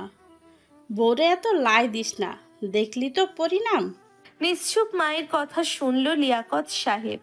স্ত্রীর কাছে সমস্ত কিছুই শুনেছেন ফোনে। কারোরই মত নেই এই বিয়েতে। ছোট ভাই জহির নাকি যা তা শুনিয়েছে এই বিয়ে নিয়ে। স্ত্রীর প্রতি দৃঢ় বিশ্বাস আছে লিয়াকত সাহেবের। এমনি এমনি নিশ্চয়ই ছেলেকে বিয়ে করায়নি সে, এর পিছনে কারণ অবশ্যই আছে। ধীর কণ্ঠে উত্তর দিল লিয়াকত সাহেব। মা, বিয়েটা যেহেতু হয়ে গেছে, এখন এইসব বলে কি হবে? আমি সবকিছু শুনেছি। অনেক ঝামেলার পর নাকি বিয়েটা হয়েছে। লায়লা তো ইচ্ছাকৃত মন থেকে মেনে নিয়ে ছেলেকে বিয়ে করায়নি। সর্বনাশ তো ঘইটাই ফেলাইছে। চাইলে বিয়াটা আটকাইতে পারত। ওই মাতব্বরের চালাকি সব। আমার হীরার টুকরো নাতির গলায় সেমরিরে গলায় দিচ্ছে। পুরা গ্রামের কাছে নিচু করছে আমাগো। লায়লা খাতুন নিশ্চুপ দাঁড়িয়ে শাশুড়ির স্বামীর কথা শুনছেন। এর মধ্যে উত্তর দেওয়ার মতো কোনো কথা নেই তার কাছে। হিয়ানের বাবাকেও সবটা খোলসা করে জানাননি। সবটা শুনে তিনি কতটুকু সাপোর্ট করবেন কে জানে। তিতিন ঘরে প্রবেশ করতেই সম্মুখের রুমে হিয়নকে দেখতে পায়। খাটের কোণে একা নিশ্চুপ বসে আছে তার ভাই। মুখে লম্বা হাসি টেনে বলে তিতিন, কি রে ভাইয়া, ভাবি কোথায়? আমি তো কাল থেকে দেখার জন্য রীতিমতন ছটফট করছি। তিতিনের ইয়ার্কির স্বরূপ কথা গায়ে মাখে না হিয়ন, কেবল মলিন হেসে বলে, আগে দেখ তো গিয়ে, ভাবির মতো মনে হলে ভাবি ডাকিস। তোর চেয়েও বয়সে অনেক ছোট এই মেয়ে। কথা কানে না নিয়ে দৌড়ে বাহিরে চলে গেল তিতিন। হাঁপ ছেড়ে হিয়ন উঠোন জুড়ে আড়াআড়িভাবে দুই সারি টিনের ঘর। পরের ঘরে প্রবেশ করলো তিতিন। কাকির ঘরে অচেনা এক মেয়ে টুনির সঙ্গে বসে গল্প করছে। চিনে নিতে 2 সেকেন্ড লাগেনি তিতিনের। মুখের আদল আর খিলখিল হাসি বলছে নিতান্তই বাচ্চা সুলভ মেয়ে। বয়স আন্দাজে ততটাও ছোট মনে হয় না, তবে স্বভাবে পুরোপুরি বোঝা যায়। যথেষ্ট লম্বা গড়নের, ধবধবে সাদা গাত্রবর্ণ, মায়াবী মুখাবয়ব। নিবিষ্ট দৃষ্টি ফেলে কিয়ৎক্ষণ তাকিয়ে থাকে তিতিন। পেছন থেকে বাবার কণ্ঠস্বর পেতেই ভাবনার অবসান ঘটে তিতিনের। দরজায় তাকাতেই ছটপট উঠে দাঁড়ায় প্রিহুলা। লোকগুলোকে অচেনাই লাগছে তার। রাশিদা বেগম হাসি মুখে পরিচয় করিয়ে দিল। পরক্ষণে প্রিহুলাকে বলল সালাম জানাতে। বাধ্য মেয়ের মতো সালাম জানালো প্রিহুলা। পুত্রবধূ দেখে প্রশংসায় পঞ্চমুখ লিয়াকত ব্যাপারী। তবে বয়স কম হওয়ায় কিঞ্চিত মন খারাপ তার। লায়লা খাতুন প্রিহুলার উদ্দেশ্যে বললেন, যাও মা, হিয়নকে গিয়ে বলো রেডি হতে। খানিকক্ষণ পর রওনা দিব আমরা। আচ্ছা। ব্যালকনিতে নিশ্চুপ দাঁড়িয়ে আছে হিয়ন। হাতে থাকা ফোনটা অনেকক্ষণ যাবৎ নেড়ে চেড়ে নেট সংযোগ স্থাপন করতে পারছে না। বিরক্তিতে চোখ মুখ কুঁচকে আসলো তার। দরজার কাছে এসে দাঁড়ায় প্রিহুলা। হৃৎপিণ্ডে ওঠানামা করছে বেগতিক। মনে হচ্ছে বাঘের গুহায় পাঠানো হয়েছে তাকে। রাগী লোকটাকে দেখলেই তো ভয়ের শিরদাঁড়া বরাবর ভয়ের স্রোত নেমে যায়। চোখ বুজে প্রলম্বিত শ্বাস নিল প্রিহুলা। পেছনে দাঁড়িয়ে ভাবছে হিয়নকে কি বলে ডাকবে সে, ভেবে পাচ্ছে না। অবশেষে ডেকেই ফেলল, এই যে আমার জামাই, শুনছেন? আজব ডাক শুনে পেছনে তাকায় হিয়ন। কয়েক সেকেন্ডের জন্যে হৃদস্পন্দন থমকে যায় তার। হলুদ রঙের সুতি সালোয়ার কামিজ পরে দাঁড়িয়ে আছে প্রিহুলা। মুখে তার ভয়, জড়তার ভাব। সদ্য স্নান সেরে এসেছে। কপাল গালে লেপ্টে থাকা ছোট ছোট চুল বেয়ে পানির বিন্দু ছড়িয়ে ছিটিয়ে আছে পুরো মুখ জুড়ে। হলুদাভ গায়ের রং সৌন্দর্যের দ্যুতি ছড়াচ্ছে যেন। মনে হচ্ছে সদ্য বসন্তের বাসন্তিকা ফুটেছে। বিস্মিত পলকহীন দৃষ্টি হিয়নের। ড্যাব ড্যাব চোখে তাকিয়ে থাকে প্রিহুলা। পরক্ষণে হিয়নের চোখের সামনে হাত নাড়িয়ে বলে, জামাই, আপনি কি শুনতেছেন আমার কথা? ঘোর কেটে ভ্যাবাচ্যাকা খায় হিয়ন। মেয়েটা এত অবুঝের মতো কথা বলে কেন? এমন ডাকে বরাবরই রাগ ওঠে তার, তবুও সংবরণ করে রাখে নিজেকে। হিয়নকে চুপচাপ দেখে প্রিহুলা এগিয়ে এসে কানের পাশে উচ্চ শব্দে ডেকে ওঠে, আই জামাই। প্রিহুলার আচরণে ভড়কে ওঠে হিয়ন। রাগ এবার মুখে স্পষ্ট হয়ে ফুটে উঠেছে তার। রাগত্ব কণ্ঠেই বলে ওঠে, কি হয়েছে, চেঁচাচ্ছ কেন? স্বস্তির শ্বাস ফেলে বলে প্রিহুলা, এতক্ষণে শুনতে পাইছেন তাইলে? তোমার কি ধারণা আমি কানে কম শুনি? হ, আমার বয়েরা জামাই। হিয়ন ভয়ানক রেগে যায়। পরক্ষণে প্রিহুলার বাহু চেপে ধরে। ভয়ে থরথর কাঁপুনি প্রিহুলার। চোখ জোড়া বুঝে ফেলে সে। তীর তীর করে চোখের পাতা কাঁপছে। কেন যে এই রাগী লোকটার সঙ্গে কথা বলতে গেল সে? মনে হচ্ছে পরাণ পাখি এখনই দেহ খাঁচা থেকে ফুরুত করে উড়ে পালাবে। অদ্ভুত মোহ নিয়ে তাকিয়ে আছে হিয়ন। কি মায়াবী লাগছে মুখখানি। মুহূর্তেই সব রাগ উবে গেল তার। পিটপিট করে এক চোখে তাকায় প্রিহুলা। ফ্যালফ্যাল করে তাকিয়ে আছে হিয়ন। তক্ষুনি রুমে তিতিনের আগমন। সম্মুখে দৃষ্টি পড়তেই দ্রুত বলে ওঠে সে, সরি আমি ভুল সময় এসে পড়লাম। তৎক্ষণাৎ রুম ত্যাগ করে তিতিন। ধ্যান ভাঙে হিয়নের। দ্রুত সরে এসে নিজেকে সামলে নেয় সে। তিতিনকে ডাকতে গিয়েও থেমে যায়। বিব্রত বোধ যেন গিলে নিচ্ছে তাকে। পরক্ষণে টেবিল থেকে চশমাটা হাতে নেয়। মাথায় হাত রেখে প্রিহুলা বলে ওঠে, হায় আল্লাহ, আমার জামাইটা তো দেখতেছি কানাও।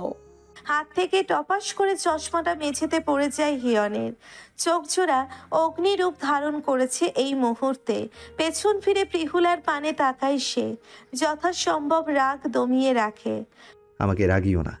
ভয়ে শুকনো ঢোক গেলে প্রিহুলা মনে মনে বলে যে সর্বক্ষণ রেগে থাকে তাকে আবার কি করে রাগাবে। কোনো রকম তুতলে বলে, মানে আমি একটা কথা বলতে আসছিলাম। গাছ ছাড়া ভাব নিয়ে হিয়ন বলে, ফালতু কথা শোনার ইচ্ছে নেই। মুখ কান্না ভাব প্রিহুলার। তাকে এভাবে কখনো কেউ ফালতু বলেনি। হিয়ানের মতো রাগী পুরুষ সে আগে দেখেনি। বাবা মা কেন যে এই ছেলের সঙ্গে বিয়ে দিল তাকে? এত ভয় নিয়ে সর্বক্ষণ থাকবে কি করে প্রিহুলা? কম্পিত স্বরে বলে সে, আপনি ভালো জামাই না। চুপচাপ মেঝে থেকে চশমা কুড়াই হিয়ন। ফালতু কথার জবাব দেয় না। বাচ্চাদের বলা কথার ভঙ্গিমা ধরন যে এমনই হবে সেটা ভালো করেই জানে সে। শুধু শুধু কথা বলতে গেলে বাড়তি ক্যাচাল আর সময় নষ্ট। শাশুড়ি আপনাকে বলছে তৈরি হইতে, শহরে যাইব। প্রিহুলার কথায় আশ্চর্য হয় হিয়ন। একে নিয়ে সারা জীবন কিভাবে পার করবে সেটাই ভাবছে। পরক্ষণেই মনে হলো মামনি তো বলেছে নাম মাত্র বিয়ে, বউ হিসেবে একে মানবেই বা কে? শহরে গেলেই এই মেয়ের খোঁজ কে রাখবে? মামনি দায়িত্ব নিয়েছে সামলাক। হঠাৎ প্রিহুলা বলে ওঠে, শোনেন, আমি কিন্তু যাব না। চশমাটা চোখে দিয়ে ছোট ছোট চোখে প্রিহুলার দিকে তাকাই হিয়ন। কিয়ৎক্ষণ চুপ থেকে বলে, কারণ? আমি বাবজান মারে আর প্রিহালরে রেখে যাব না। তাহলে বিয়েতে রাজি হয়েছিলে কেন? বিয়ে মানে বুঝো? বিয়ের পর মেয়েদের শ্বশুর বাড়িতেই চলে যেতে হয়। এই যে বাবা মায়ের কথা বললে, তারা তখন পর হয়ে যায়। অনেকটা রেগে কথাগুলো বলে হিয়ন। ভয়ার্থ দৃষ্টি ফেলে ভেজানো স্বরে বলে প্রিহুলা, আমি তো রাজি হই নাই, বিয়ের কথা বলিও নাই। বাবজান আর মায় আমারে বিয়া দিছে। দীর্ঘশ্বাস ফেলল হিয়ন। বেশ বুঝতে পেরেছে বিয়ে বলতে কিছু বোঝে না এই মেয়ে। অযথা রাগ দেখালে কাজ হবে না, ফালতু সময় নষ্ট। যথেষ্ট স্বাভাবিক হয়ে বলে সে, শোনো, পড়ালেখা করতে চাও তো তুমি? হ্যাঁ চাই তো। তার জন্য শহরে যেতে হবে তোমায়। খানিকক্ষণ ভাবনায় পড়ে প্রিহুলা। চিন্তার ভাঁজ মুখাবয়বে। আদেও কি শহরে যাওয়াটা সমীচীন হবে তার? এর আগে তো কোনোদিন ঢাকা দেখা হয়নি। শুনেছে বিশাল সেই শহর। এত বড় শহরে পরিবার রেখে কি করে থাকবে প্রিহুলা? ভাবতেই যে বুক ফেটে কান্না আসতে চায়। অন্যদিকে তার বহুদিনের স্বপ্ন আর ইচ্ছে বড় হয়ে শিক্ষিকা হবে। গ্রামের সুস্থ অসহায় ছেলেপেলেদের বিনা পয়সায় পড়াবে। তাহলে কোন দিকটা বেছে নিবে সে? ছোট্ট মস্তিষ্ক ভেবে পায় না। প্রিহুলার ভাবুক চিন্তিত মুখের আদল দেখে হাসি পায় হিয়নের। চট করেই বলে ওঠে প্রিহুলা, তাইলে আমি যাব। প্রতি উত্তরে কোনো জবাব দেয় না হিয়ন। পকেট থেকে রুমাল বের করে চশমা মোছাই মনোযোগী হয়। কয়েক সেকেন্ড অপেক্ষা করে রুম থেকে বেরিয়ে যায় প্রিহুলা। দৃষ্টি তুলে সেদিকে তাকাতেই বিস্ময় মুখ হয়ে রয় হিয়ন। প্রিহুলার হাঁটু ছুঁই ছুঁই চুলগুলো বাতাসকে দাপিয়ে বেড়াচ্ছে। অবাক চাহনি হিয়নেরও। এ যেন বিশাল আকাশে এক টুকরো কালো মেঘ দুলছে। কোনো কিশোরীর এত লম্বা চুল হয় জানে না হিয়ন। অবশ্য এর আগে এত বড় কেশরাশি দেখার সৌভাগ্য হয়নি তার। দৃষ্টিগোচর হওয়া অবধি কেবল তাকিয়ে থাকে মুগ্ধ নয়নে। পরক্ষণে ভাবে মেয়েটা কি জানে মুহূর্তেই যে কোনো পুরুষকে ঘোর লাগিয়ে দেওয়ার ক্ষমতা যে তার আছে। নারী নাকি আঁচলে পুরুষ বাঁধে সযত্নে, এই ললনা তো চুল দিয়েই সম্পূর্ণ কাবু করার ক্ষমতা নিয়ে জন্মেছে। নারীর লম্বা চুল পছন্দ করে না এমন পুরুষ বোধ হয় নেই বললেই চলে। হিয়নও নিশ্চয়ই তার ব্যতিক্রম নয়। ঢাকা যাওয়ার উদ্দেশ্যে পরিবারকে নিয়ে সকলের থেকে বিদায় নিতে আসে লিয়াকত ব্যাপারী। ছোট ভাই জহির না থাকায় মনটা বেশ খারাপই হয়। ব্যবসার কাজের জন্যে দুদিনের জন্য কক্সবাজার গিয়েছে সে। অবশ্য চাইলেই হুটহাট পরিবারের সঙ্গে দেখা হয় না লিয়াকত সাহেবের। শহুরে ব্যস্ত জীবন যেন ঠেলে ঠুলে আপনজনদের দূরে সরিয়ে দিয়েছে। ছেলের বিদায় বেলায় জমেলা খাতুন আঁচলে চোখ মুছছেন। হিয়নের জন্যে আফসোস যেন এতটুকুও কমেনি তার। প্রিহুলাকে সুন্দর করে সাজিয়ে দিয়েছে রাশিদা। শহর সম্পর্কে কিছুটা ধারণাও দিয়ে দিয়েছে যেন সহজে মানিয়ে নিতে পারে। শেষ বেলা মেয়ের বিদায়ের কথা শুনে প্রিহুলার বাবা মা এসেছেন। দুজনের মুখেই কেমন ভয় আতঙ্কের ছাপ স্পষ্ট। মেয়ের এই অনাকাঙ্ক্ষিত ভবিষ্যতের পরিণাম কি হবে? প্রিহুলার বাবার হাত চেপে অভয়ের স্বরে সান্ত্বনা দিলেন লিয়াকত ব্যাপারী। বললেন একবার যেন ঢাকায় গিয়ে স্বচক্ষে মেয়ের শ্বশুর বাড়ি দেখে আসেন। মাকে জড়িয়ে বাচ্চাদের মতো হাত পা ছুঁড়ে কাঁদছে প্রিহুলা। পাশেই 9-10 বছর বয়সী এক ছেলে প্রিহুলার ওড়না ধরে কাঁদছে।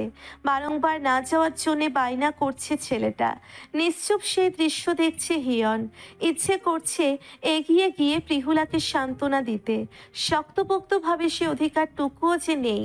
তবে মেয়েটার কান্না কেমন সহ্য হচ্ছে না।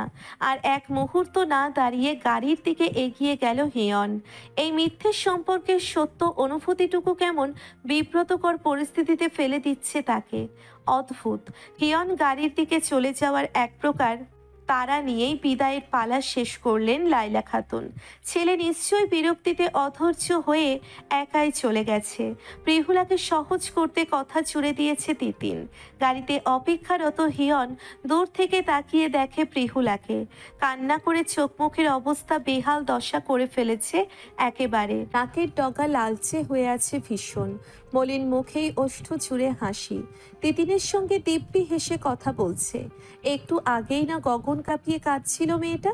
ভারী শ্বাস ফেলে ভাবে হিয়ন, এটাই তো বাচ্চাদের স্বভাব। গাড়িতে উঠে তিতিনের সঙ্গে পুরো দমে গল্পে মেতেছে প্রিহুলা। মেয়েটা যে খুব মিশুকে সেটা বুঝতে বাকি নেই কারোরই। তবে হিয়ন বরাবরের মতোই বাচ্চার তকমা দিল প্রিহুলাকে। তার মতে এরকম অবুঝপনা পিচ্চিদের ধাঁচেই পড়ে।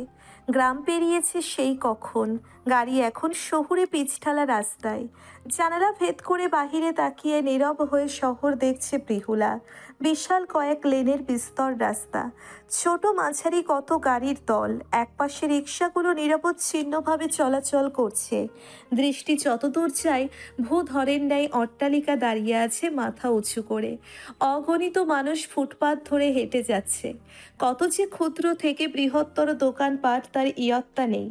সবকিছুই বিস্মিত করে তোলে প্রিহুলাকে। ঘুরে হিয়নের দিকে তাকায় সে, সুধায়, এখানে কি হাট বসছে? প্রিহুলার এমন অদ্ভুত ধাঁচের কথায় অবাক হয় হিয়ন। ভাবুক কপাল কুঁচকে আসে। মেয়েটা কি আগে কখনো ঢাকায় আসেনি? অবাকতা নিয়ে বার কয়েক চোখের পাতা ফেলে তিতিন। নীরবে তপ্তশ্বাস ফেলে লাইলা খাতুন। পাশ থেকে লিয়াকত ব্যাপারী জবাব দেন, এত মানুষ, দোকানপাট, ভিড় দেখে কথা বলছো তোমা? হ্যাঁ, আমি বাবার সাথে কয়েকবার গঞ্জে গেছি। হাটে এরকম অনেক লোক আর মেলা দোকানপাটও। কত ভিড় ভাট্টা। সেবার বাবা নীল রঙের একটা ফোরক কিনে দিছিল আমারে, কিন্তু ওই হাট এইখানের মতো এত বড় আসছিল না। হাস্য উজ্জ্বল মুখে জবাব দেন লিয়াকত সাহেব, মা, এটা শহর, এখানে অহরহ এরকম লোকের সমাগম থাকে। গ্রামের বহু সংখ্যক লোক এখানে এসে পাড়ি জমায় পড়াশোনা কাজের তাগিদে। বহু বছর পূর্বে আমিও তো এসেছিলাম। শ্বশুরের কথা বুঝি বোধগম্য হলো প্রিহুলার। চোখ ঘুরিয়ে আবারও বাইরে তাকায় সে। বিশাল অট্টালিকা দালান কোঠা দেখে চমকায়। আশপাশ থেকে গিজগিজ গাড়ির হর্নের শব্দ ভেসে আসছে। এই প্রথম শহরে এসেছে পৃথুলা। এর আগে শহরের কত গল্প শুনেছে কেবল, আজ স্বচক্ষে দেখছে। লুকিং গ্লাসে প্রিহুলাকে দেখে হিয়ন। জানালার কাছে মুখ করে বসে আছে মেয়েটা। খোলা চুল দেখে বেশ খানিকটা অবাকই হয় সে। আসার সময়ও তো মাথায় ঘুমটা ছিল। বাতাসের তোড়ে উদ্ভ্রান্তের মতো চুল উড়ছে প্রিহুলার। হিয়নের অবাধ্য মনটা চাইছে ওই কালো মেঘ দিক না একটু ছুঁয়ে। পরক্ষণে ইচ্ছে দমে রাখে সে। মনকে সবসময় প্রশ্রয় দিতে নেই, নয়তো ঘোর সর্বনাশ বয়ে আনে। আকাশের নীলচে ধূসর বর্ণ মলিন হয়ে ক্রমেই আঁধারে ঘনীভূত হচ্ছে। সন্ধ্যের আয়োজন করছে অম্বর। গাড়ি ততক্ষণে চলে এসেছে কাঙ্ক্ষিত গন্তব্যে। দারোয়ান বড়সড় লোহার গেট খুলে দিতেই হিয়ন গাড়ি নিয়ে ভিতরে প্রবেশ করলো। সামনে প্রাসাদের মতো সাজসজ্জা বাড়ি। চারদিকে চলছে হাউসিং লাইট। দিনের আলোর মতোই যেন সব কিছু সুস্পষ্ট। প্রিহুলা অবাক থেকে অবাকতর হচ্ছে। এ কোন অচেনা রাজ্যে এসে পৌঁছল সে? ততক্ষণে গাড়ি থেকে নেমে দাঁড়ালো সবাই। কেবল হিয়ন বসে রইল গাড়ি গ্যারেজে রাখার জন্য। গাড়ি থেকে নেমে দাঁড়ায় প্রিহুলা। পাশে থাকা তিতিনের হাত চেপে ধরে। বিস্মিত স্বর নিয়ে বলে, এই প্রাসাদের মতো বাড়ি তোমাদের? প্রিহুলার কথা বলার ভঙ্গিমা দেখে খিলখিল করে হাসে তিতিন। মেয়েটাকে বোকা শোকা, নাকি এই প্রথম শহরে পা রাখাই তার কথার ধরন পাল্টেছে? প্রিহুলার কথা কর্ণপাত হয় হিয়নের। বরাবরের মতোই বিরক্তি ধরে। অধরে হাসি টেনে বলে তিতিন, ভাবি, এটা আমাদেরই বাড়ি, আর এখন থেকে তোমারও। ভালো লেগেছে তো নতুন বাসা? বিস্ময়ে কথা বলতে ভুলে গেল প্রিহুলা। হাসতে হাসতে বাড়ির ভিতরে চলে যায় তিতিন। ততক্ষণে হিয়নের বাবা মা বাড়ির ভিতরে প্রবেশ করেছেন। লিয়াকত সাহেব যাওয়ার পূর্বে হিয়নকে কড়াকড়ি আদেশের স্বরে বলে গেছেন প্রিহুলার ব্যাগ সহ যেন ওকে ভিতরে নিয়ে যায়। হিয়নের এবার সত্যিই বিরক্ত ধরে যাচ্ছে। মিথ্যে একটা সম্পর্কে সত্যিকার অর্থে দায়িত্ব পালন করতে হচ্ছে তাকে। বাবাই কি জানেন না এটা নিছক নামমাত্র সম্পর্ক? কেবল মেয়েটার পড়াশোনার দায়িত্ব নিয়েছে মামনি। মুখে ঈষৎ রাগের আভা নিয়ে ব্যাগ হাতে নেয় হিয়ন। পরক্ষণে প্রিহুলাকে তাড়া দেয়, এই মেয়ে, আমার পেছন পেছন এসো। চট করে বলে ওঠে প্রিহুলা। এই জামাই, দাঁড়ান। রেগে পেছন ফিরে তাকায় হিয়ন। ভ্রু কুঞ্চিত করে বলে, এসব কেমন অভদ্রের মতো ভাষা? তোমাকে কে শিখিয়েছে এমন উদ্ভট নামে ডাকার জন্য? ভীরু প্রিহুলা চুপটি করে দাঁড়িয়ে রয়। দৃষ্টি মেঝেতে পায়চারি করতে থাকে। রাগে লোকটার সঙ্গে কথা বলাও দেখা যাচ্ছে মুশকিল। সব কিছুতে একটা না একটা দোষ ধরিয়ে দিচ্ছে। মাথা নিচু রেখে কাপা স্বরে বলে সে, তাইলে কি বলে ডাকবো? প্রিহুলার প্রশ্নে থমকে গেল হিয়ন। সত্যিই তো, তাকে কি বলে ডাকবে মেয়েটা? সমস্ত ভাবনা মাথা থেকে ঝেড়ে ফেলে পরিশ্রান্ত গলায় বলল, যা খুশি ডেকো, এখন ভেতরে চলো। আপনি আমারে এই নে বলে ডাকেন কেন? খানিকক্ষণ চুপ করে দাঁড়িয়ে থেকে ভেতরে হাঁটা দেয় হিয়ন। মনে হচ্ছে আর কিছুক্ষণ এখানে থাকলে এই মেয়ে মস্তিষ্কের সব স্নায়ুকোষে তালগোল পাকিয়ে দেবে। অগত্যা প্রিহুলাও পেছন পেছন বাড়ির ভেতর ছোটে। লিভিং রুমে প্রিহুলার ব্যাগ রেখে নিজের রুমে ফ্রেশ হতে চলে যায় হিয়ন। লাইলা খাতুনের আদেশে প্রিহুলাকে তিতিন তার রুমে নিয়ে যায়। বিশাল রুমে চোখ আওড়ায় প্রিহুলা। মনে হচ্ছে আজ অবাকের রাজ্যে ঢুকে পড়েছে সে। বেশ গোছানো পরিপাটি রুম, দামি দামি আসবাবপত্রে সাজানো কক্ষ। খাটে বসে প্রিহুলাকে ফ্রেশ হওয়ার জন্য তাড়া দেয় তিতিন। ব্যাগ খুলে সেখান থেকে নীল রঙের সালোয়ার কামিজ নিয়ে ওয়াশরুমে চলে যায় প্রিহুলা। ফ্রেশ হয়ে লিভিং রুমে চলে আসে হিয়ন। এই মুহূর্তে কড়া লিকারে 1 কাপ লাল চা চাই তার। গ্রাম থেকে এতটা পথ জার্নি করার দরুন শরীর একেবারে ক্লান্ত হয়ে এসেছে। খবরের কাগজ নিয়ে বসেছে লিয়াকত সাহেব। বাবার পাশে এসে বসে হিয়ন। রিমোট নিয়ে টিভি অন করে। বিকেলের নাস্তা সমেত প্রবেশ করে লাইলা খাতুন। ততক্ষণে তিতিন আর প্রিহুলা চলে আসে। কাউচে বসে গরম গরম পকোড়া হাতে তুলে নেয় তিতিন। ধীর গতিতে এগিয়ে গিয়ে সোফায় বসে প্রিহুলা। লাইলা খাতুন প্রিহুলার হাতে পকোড়া তুলে দিয়ে বললেন, কাল থেকে তিতিনের রুমে থাকবে তুমি। তিতিন কালকে হোস্টেলে চলে যাবে, তখন ওই ঘরটা ফাঁকাই পড়ে থাকবে, ব্যবহার করতে কোনো রকম অসুবিধে হবে না তোমার। মাঝে এসে সবাইকে চা দিয়ে গেল কাজের মেয়ে তুলি। কেমন সন্দিহান দৃষ্টি নিয়ে প্রিহুলাকে পরখ করল সে। বেশভূষা বলছে গ্রাম্য কন্যা। লাইলা খাতুনের কথায় ভড়কে গেল প্রিহুলা। অকপটে বলল, একা থাকবো কেন? আমি আমার জামাইয়ের সাথে ওনার বাড়িতে থাকবো। সবে চা মুখে তুলছিল হিয়ন, মুহূর্তে ভয়ানক বিষম খেল সে। অপ্রতিভ লজ্জাকর পরিস্থিতিতে থমথমে হয়ে উঠল মুখ। ঘর ভর্তি লোকের সামনে কোথাও দৃষ্টি ফেলবার জায়গা খুঁজে পাচ্ছে না সে। কান দিয়ে রীতিমতো উত্তপ্ত ধোঁয়া ছুটছে। ইচ্ছে করছে মেয়েটার গালে ঠাঁটিয়ে চর বসিয়ে দিতে। বোধবুদ্ধি কি সম্পূর্ণটাই লোপ পেয়েছে তার? ব্যতিব্যস্ত হয়ে ছেলের মাথায় ফু দেন লাইলা খাতুন। তুলি দৌড়ে গিয়ে পানি নিয়ে আসে। মাথা ভন ভন করতে থাকে তার। কিসের স্বামী, কার ঘর, কি আবোল তাবোল বলছে এই মেয়ে? খালু সাহেব কি এই বয়সে বিয়ে করলো? ভাই যে এখন বিয়ে করবে না সেটা সবাই অবগত। সবে ডাক্তার হয়েছে সে। কোথাও হিসেব গুলিয়ে ফেলে তুলি, তবে কাউকে কিছু জিজ্ঞেস করার সাহস করে উঠতে পারে না। পানি খেয়ে কোনো রকম লিভিং রুম থেকে পালায় হিয়ন। চায়ে মনোযোগী হয় প্রিহুলা। সে যে চরম বোকার মতো কথা বলে ফেলেছে এতে যেন তোয়াক্কাটুকু নেই। তিতির মুখ টিপে হাসছে। ভাই তার আচ্ছা মতো শিক্ষা পেয়েছে। সে মুহূর্তেই হিয়নের মুখখানি দেখার মতো অবস্থা হয়েছিল। নৈশভোজের আহার হিয়ন ছাড়া সকলেই সম্পন্ন করেছে। লজ্জা কাটিয়ে উঠতে না পেরে বেচারা রাতের খাবার থেকে বঞ্চিত হয়েছে। একেই বুঝি বলে চেঁচে দুর্ভাগ্যকে টেনে আনা, যা এখন হাড়ে হাড়ে অস্থি মজ্জায় টের পাচ্ছে হিয়ন। রাতে তিতিনের সাথে শুয়েছে প্রিহুলা। এপাশ ওপাশ করেও চোখে ঘুম ধরা দেয় না। নতুন পরিবেশ বলেই হয়তো। গ্রামে থাকলে এখন দুই ভাই বোন মিলে গল্প জুড়ে দিত। কত শত রাজা রানীর কাহিনী যে ভাইকে শুনিয়েছে প্রিহুলা তার ইয়ত্তা নেই। গল্প না শুনে প্রিহাল ঘুমাই না। আজকে তাহলে কি করে ঘুমাচ্ছে ভাইটা? মুহূর্তেই ভেতরে কষ্টরা হু হু করে ওঠে প্রিহুলার। অজানা এক খারাপ লাগার রিক্ততা ঘিরে ধরে তাকে।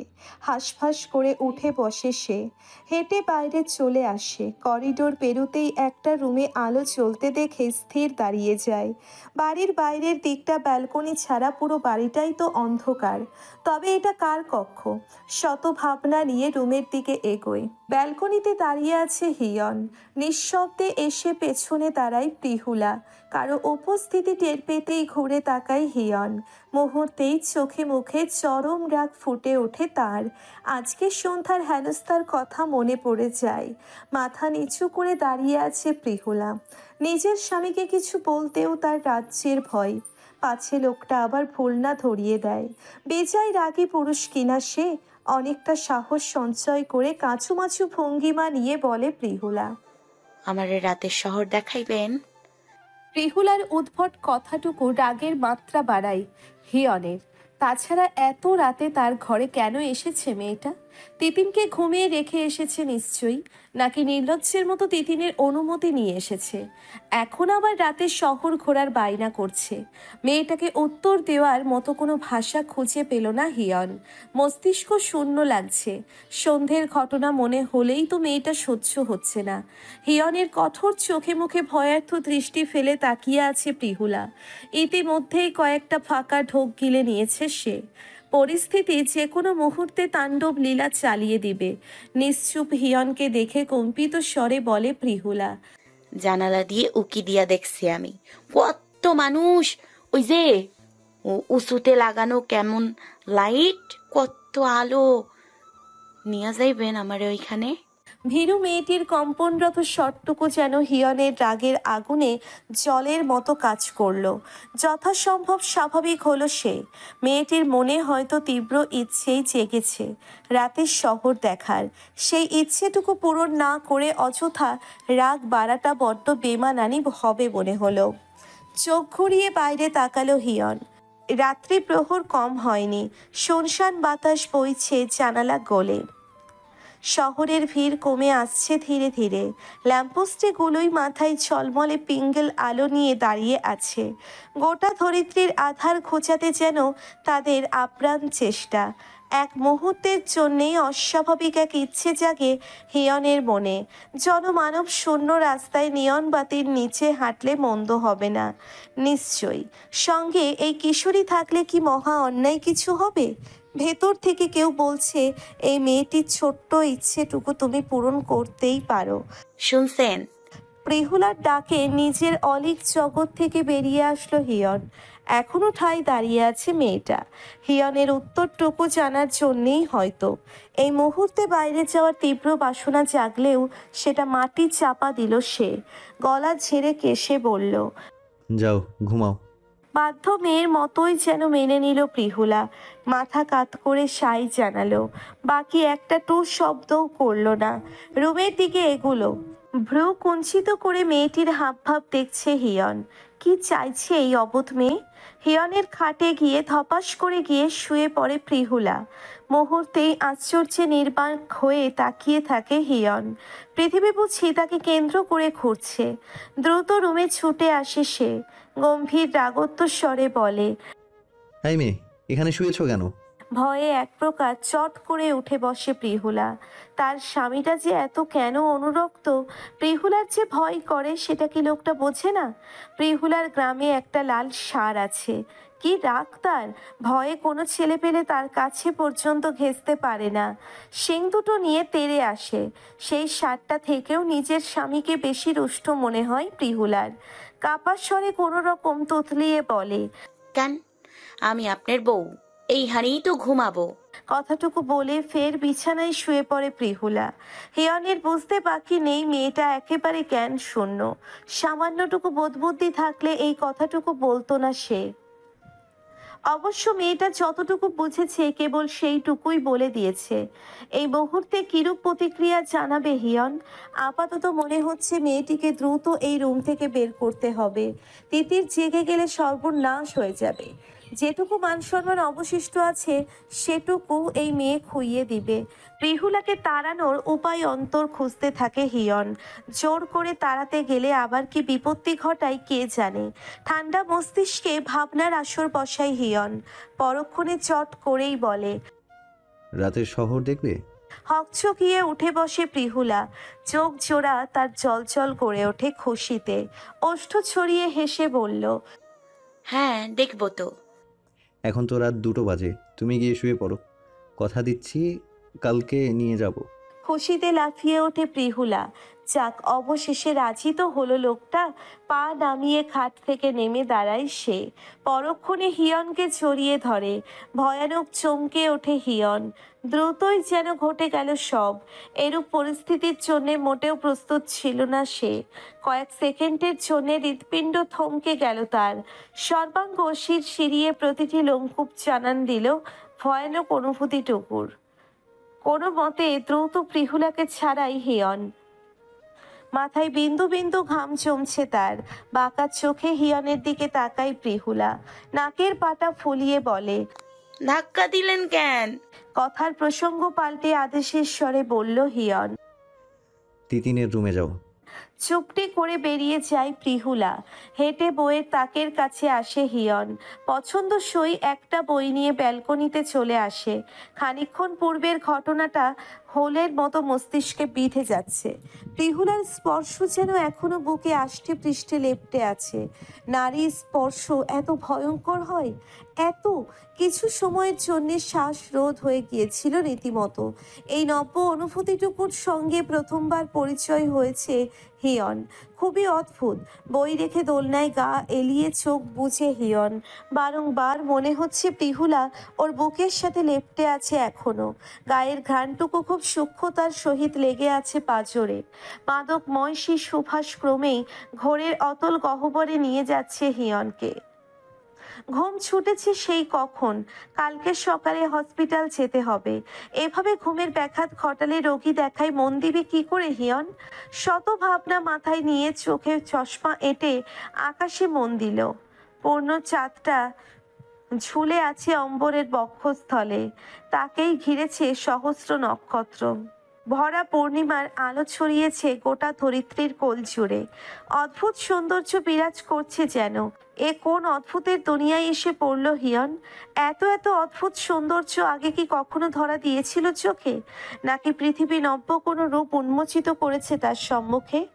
প্রাতকালে নাস্তার আয়োজন করেছে শাইলা খাতুন।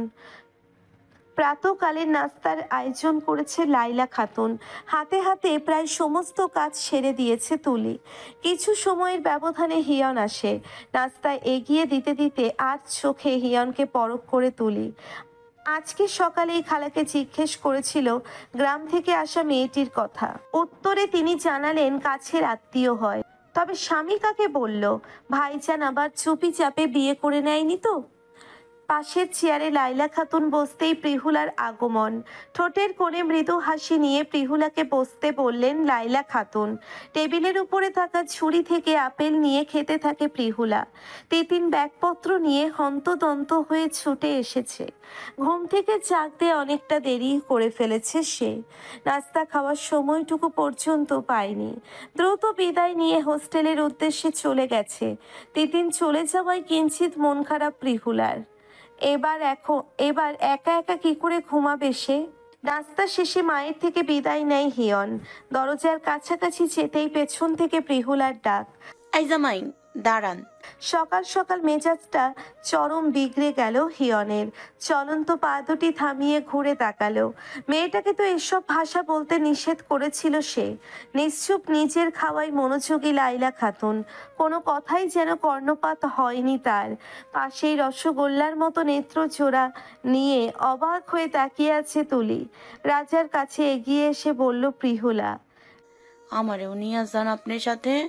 চোয়াল শক্ত করে কাঠিন্য চোখে মুখে বলে, কোথায় যাবে শুনি? ঠোঁট উল্টে বলল প্রিহুলা, আপনি যেখানে যাইবেন। জাহান্নামে যাব। কথাটুকু বলে হন হন করে বেরিয়ে পড়ে রিহেয়ন। বোকার মতো নিশ্চুপ ঠায় দাঁড়িয়ে থাকে প্রিহুলা। লাইলা খাতুন এগিয়ে আসেন, প্রিহুলার মাথায় হাত বুলিয়ে বলেন, কালকে তোমাকে স্কুলে ভর্তি করিয়ে দিয়ে আসবে হিয়ন, তখন ওর সাথে যেতে পারবে। মন খারাপ না করে নিজের রুমে যাও। মাথা নাড়িয়ে সাই জানিয়ে চলে যায় প্রিহুলা। তুলি এগিয়ে আসে, কোমরে হাত রেখে লাইলা খাতুনের উদ্দেশ্যে বলে, খালাম্মা, বাই যে বিয়া করলো, এই খবরখান আগে কইলেন না কেন আমারে? আমি জিজ্ঞেস করার পরও মিশা কইলেন। পরক্ষণে কপাল চাপড়ে ফের বলে তুলি, খালাম্মা গো, কোথায় ইচ্ছা ছিল ভাইয়ের বিয়াতে লেহেঙ্গা পইরা নাচমু। আমার একটা বার দাওয়াত দিতেন, আমি সেই সুদূর নেত্রকোনা চলে যাইতাম। এত বছর যাবৎ কাজ করে আপনাগো বাসায় বেইমান এটা করতে বুক কাঁপতো না আপনার? তো তিতিন আপার বিয়েতে যদি আমারে না কন, তাইলে এই বাসায় কাজ ছাইরা চলে যাবো আমি কইলাম। শুকনো চোখে কেঁদে যাচ্ছে তুলি। কপাল চেপে ধরলেন লাইলা খাতুন। পরক্ষণে বিরক্তি মিশ্রিত স্বরে বললেন, আমার মাথা ধরিয়ে ফেলেছিস তুই। আগে চা করে নিয়ে আয়, তারপর দেখা যাবে কত নাচানো যায় তোকে। তুলি মুখ ভেঙচি কেটে কিচেনের দিকে ছোটে। রাতে ক্লান্ত হয়ে বাড়ি ফিরে হিয়ন। লিভিং রুমে সকলেই উপস্থিত আছে, তবে প্রিহুলাকে দেখা গেল না। স্বস্তির শ্বাস ফেলে নিজের রুমে এগোয় হিয়ন। মেয়েটার জন্য সর্বক্ষণ এক আতঙ্ক বিরাজ করে মনে। রুমে বসে খাটে ধপাস করে শুয়ে পড়ে। পরিশ্রান্ত শরীরে আজকে এখনই যেন ঘুম ভর করছে। কালকে ঠিকঠাক ঘুম না হওয়ার ফল এটা। সমস্ত অলসতাকে ঠেলে ঠুলে ওয়াশরুমে চলে যায় হিয়ন। বেশ লম্বা শাওয়ার নিয়ে বেরিয়ে আসে। কোমরে তোয়ালে পেঁচানো হিয়ন। কাবার্ড খুলে টি শার্ট আর ট্রাউজার বের করে নেয়। ব্যালকনির দোলনায় বসে আছে প্রিহুলা। হিয়নের শব্দ পেয়ে দৌড়ে রুমে চলে আসে। অবাক হয়ে কিছু পল তাকিয়ে থেকে চুপ মুখে হাত রেখে বলে, হায় আল্লাহ, আপনাদের এইখানে লুঙ্গি এত ছোট কেন, হাঁটুর সমান, আর সাথে জামা পরেন নাই কেন? প্রিহুলাকে দেখে ভূত দেখার মতো ভরকে ওঠে হিয়ন। মেয়েটা কখন রুমে প্রবেশ করলো? রেগে বলল, এই মেয়ে, ন্যূনতম বোধ নেই নাকি? হুটহাট যার তার রুমে ঢুকে পড়ো কেন? অনুমতি নেওয়ার প্রয়োজন মনে করো না? কাঁদো কাঁদো হয়ে তাকিয়ে আছে প্রিহুলা। যে কোনো মুহূর্তে মেঘ ভেঙে হবে তুমুল বাড়ি ধরা। একটা মানুষ কি করে সর্বক্ষণ এত রাগ নিয়ে থাকে? জন্মের সময় এই ছেলের মুখে মধু পড়েছে কিনা শাশুড়িকে জিজ্ঞেস করবে। করলার চেয়েও তিতকুটে সে। টলমল চোখ জোড়া নিয়ে বলল প্রিহুলা, শাশুড়ি তো বললো আপনার ডেকে নিয়ে যেতে। দীর্ঘশ্বাস ফেলে হিয়ন। প্রিহুলার কথার জবাব দেয় না। খাট থেকে ট্রাউজার আর টি শার্ট নিয়ে ওয়াশরুমে ঢুকে যায়। অগত্যা চোখ মুছে বেরিয়ে চলে আসে প্রিহুলা। ভেতরে ঠেলে ঠুলে কান্না আসছে তার। রাতে একসাথে খেতে বসেছে সবাই। প্রিহুলাকে কেমন চিন্তিত লাগছে। প্লেটে ভাত নিয়ে নাড়াচাড়া করছে কেবল। মুখ খুলে একবার প্রিহুলার পানে তাকায় হিয়ন। নিশ্চুপ দেখে খানিকটা অবাক হয় সে, তবে মনে মনে খুশিই হয়। হতে পারে বোধবুদ্ধি হচ্ছে মেয়েটার।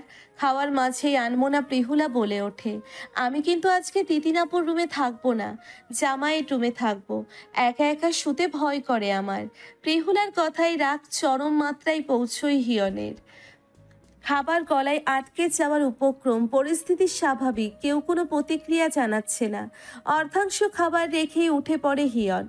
মনে হচ্ছে অতি শীঘ্রই বাড়ি ছাড়তে হবে। লিয়াকত ব্যাপারী ধমকের সুরে ছেলেকে আবার বসিয়ে দেন। পরক্ষণে বলেন, মেয়েটা ছোট, বুঝে শুনে এত কথা বলে না। তুমি রাগ করে বোকার মতো পরিচয় কেন দিচ্ছ? চুপচাপ খেয়ে নাও। হিয়নের দিকে ভয়ার্থ চোখে তাকিয়ে আছে প্রিহুলা। তার ভুল কোথায় বুঝতে পারছে না। লোকটা কি তাকে সহ্যই করতে পারে না? গ্রামের সবাই তো প্রিহুলাকে খুব ভালো বলে। স্কুলের সব স্যার ম্যাডামরা কত আদর করত। হিয়ন কেন অযথা রাগ দেখায়? বুঝে আসে না তার। লাইলা খাতুনের দিকে চোখ পাকিয়ে তাকায় হিয়ন। চোখের ভাষা বলছে হাঁপিয়ে উঠেছে সে। মেয়েটার ভালো চাইতে গিয়ে ছেলের জীবন নরক করে দিচ্ছেন তিনি। এর দায় হিয়ন নিতে পারবে না। ছেলেকে চোখের ইশারায় অভয় দিলেন লাইলা খাতুন। পরক্ষণে বললেন, মেয়েটা এত কিছু বুঝে বলে না। এমন অবুঝপনা বেশি দিন থাকবে না। রাগ করিস না বাবা, আমি বুঝিয়ে বলে দেব পরে। নিজের প্রতি ভীষণ রাগ হয় হিয়নের। কেন যে বিয়েটা আটকাতে গিয়েছিল, এজন্য কারো ভালো করতে নেই। জন্মের মতো শিক্ষা হয়েছে। কোনো রকমে খাবার শেষ করে হিয়ন পরক্ষণে কথা বলতে না বলে উঠে কোনো রকম খাবার শেষ করে হিয়ন পরক্ষণে কথা না বলে উঠে নিজের রুমে পা বাড়ায়। নিশুতি প্রহর। জানালার ধারে দাঁড়িয়ে ভাবনায় পড়ল হিয়ন। বারংবার মেয়েটার উপর রাগ করাটা কি সমীচীন হচ্ছে? বোঝেই বা কতটুকু এই মেয়ে। নিজের বুঝ মতো যখন যা মুখে আসে বলে ফেলে। এটা নিয়ে রাগ করাটা বোকার পরিচয় বহন করে। বুঝিয়ে বলারও তো কোনো উপায় নেই। অবশ্য মা তো বলেছে বুঝিয়ে বলে দিবে। নিশ্চিন্তে বই নিয়ে ব্যালকনিতে দোলনায় এসে বসে হিয়ন। আজকে ঘুমে চোখ জোড়া লেগে আসতে চাইছে। মনে হচ্ছে বইয়ের সঙ্গে বেশিক্ষণ সন্ধি হবে না আজ। চশমা খুলে রেখে রুমের দিকে পা বাড়ায় সে। প্রিহুলা দাঁড়িয়ে আছে। চমকে ওঠে হিয়ন। ভ্রু বাঁকিয়ে জিজ্ঞেস করে, এখানে কি চাই? এদিক ওদিক তাকিয়ে ফিসফিস করে প্রিহুলা বলে, আমি লুকাইয়া আসছি। আপনি বলছেন আজকে রাতে শহর দেখাইবেন। হতভম্ব হয়ে কিয়ৎক্ষণ তাকিয়ে রইল হিয়ন। মেয়েটাকে তো কালকে দিব্যি কথা দিয়ে বসেছিল। সেই কথাটুকুর ফল আগে পিছে ভাবেনি। এখন অস্বীকার করারও কোনো রকম রাস্তা নেই। মনে হচ্ছে গ্রাম্য কিশোরীর ইচ্ছেটুকু পূরণ করাই যায়। নিশ্চুপ এগিয়ে গিয়ে আলমারি থেকে শার্ট প্যান্ট বের করে নেয় হিয়ন। দাঁড়িয়ে হিয়নের কাণ্ড দেখছে প্রিহুলা। হাবভাবে বলছে নিশ্চয়ই তাকে নিয়ে রাতের শহর ঘুরতে বেরোবে লোকটা। মুহূর্তেই ভিতরে আনন্দের ঢেউ খেলে যায়। নিজের দিকে একবার দৃষ্টিপাত করে প্রিহুলা। পরনে সাদামাটা সুতির সালোয়ার কামিজ। আজকেই শাশুড়ি দিয়েছে এটা। মনে হচ্ছে বের হওয়ার জন্য যথেষ্ট ঠিক আছে জামাটা। পরক্ষণে সম্মুখে দর্পণে দৃষ্টি পড়তেই গুছিয়ে মাথায় ঘোমটা টেনে নেয়। মিনিট 10 পর তৈরি হয়ে বেরিয়ে আসে হিয়ন। চোখে মুখে পানির ঝাপটা দিয়ে এসেছে। ঘুমকে যে কোনো উপায়ে তাড়াতে তো হবে। আয়নায় দাঁড়িয়ে চুল ঠিক করছে সে। নেত্রজোড়া ঈষৎ রক্তিম বর্ণ ধারণ করে আছে। প্রচণ্ড ঘুমের প্রভাব এটা। হিয়নের ঠিক পেছনে ঘোমটা টেনে দাঁড়িয়ে আছে প্রিহুলা। সেদিকে স্থির দৃষ্টি হিয়নের। কিছু পলক ঘোর লেগেছে বুঝি। কিশোরীর চোখে আনন্দের জোয়ার বইছে। কেমন ফ্যালফ্যাল চোখে হিয়নকে দেখছে সে। গলা ছেড়ে কেশে বলল হিয়ন, চলো। কথাটুকু শুনে বিস্ময়ে বাজ কয়েক চোখের পাতা ঝাপটায় প্রিহুলা। তার মানে লোকটা সত্যই তাকে নিয়ে ঘুরতে যাবে? এটা নিছক কোনো স্বপ্ন নয়, বাস্তব। পরক্ষণে এক প্রকার খুশিতে হেলে দুলে হিয়নের পেছন ছুটে সে। ভারী শ্বাস ফেলে গাড়ির দিকে এগোয় হিয়ন। বাসা থেকে সতর্কতার সহিত এক প্রকার চোরের মতো লুকিয়ে বেরিয়েছে, পাছে মা বাবা জেগে গেলে পরিস্থিতি বেহাল দশায় চলে যাবে। ড্রাইভিং সিটে বসেছে হিয়ন, ফ্রন্ট সিটে প্রিহুলা। দারোয়ান রহিম মিয়া বেঘরে ঘুমোচ্ছেন। গাড়ি থেকে মাথা কিঞ্চিত বের করে ডাকে হিয়ন। গভীর রাত্রিরে কারো ডাকে ধরপড়িয়ে উঠে বসে রহিম মিয়া। হিয়নকে দেখে বেশ অনেকটাই অবাক হয়। কিছুক্ষণ ভাবনায় পড়ে সে, এটা আবার তার চোখের ভ্রম নয় তো? চোখ ডোলে নিয়ে ফের হিয়নের পানে তাকায়। ইশারায় রহিম মিয়াকে কাছে ডাকে হিয়ন। এগিয়ে আসতেই হাতে কিছু টাকা গুছে দেয়। সে যে বের হচ্ছে এটা বাসায় জানাতে নিষেধ করে। হিয়নের কথার প্রতি উত্তরে কিছুই বলতে পারে না রহিম। হতভম্বের মতো কেবল মুখ হয়ে তাকিয়ে থাকে। সঙ্গে গ্রাম থেকে আগত মেয়েটি দেখে রহিম যেন বাকরুদ্ধই হলো। মাথায় হাজারটা প্রশ্ন নিয়ে গেট খুলে দিল সে। চোখ থেকে বুঝি এখনো ঘুম ভাব কাটেনি। হয়তো এটা দুঃস্বপ্নই তার, নাকি সে অলিক জগতে কে জানে। হিয়নের গাড়ি ততক্ষণে সাই সাই করে চলে গেছে। মাথা চুলকে সেদিকে দৃষ্টি ফেলে তাকিয়ে আছে রহিম। বাইরে বেশ জনমানব শূন্য বলাই যায়। মালবাহী ট্রাক আর দূরপাল্লার গাড়ির আনাগোনা। মোটামুটি গতিতে গাড়ি চালাচ্ছে হিয়ন। আন মনে বাইরে তাকিয়ে আছে প্রিহুলা। বাতাসের ধাক্কায় ঘোমটা খুলেছে সেই কখন। আর চোখে তাকায় হিয়ন। পরক্ষণে এক হাতে প্রিহুলার মাথায় বড়সড় খোপাটা খুলে দেয়। চকিতে ফিরে তাকায় প্রিহুলা। মুহূর্তেই চোখ খিচে নিয়ে ফের সম্মুখে তাকায় হিয়ন। কেন যে এই অদ্ভুত কাজটা করলো সে ভেবে পাচ্ছে না।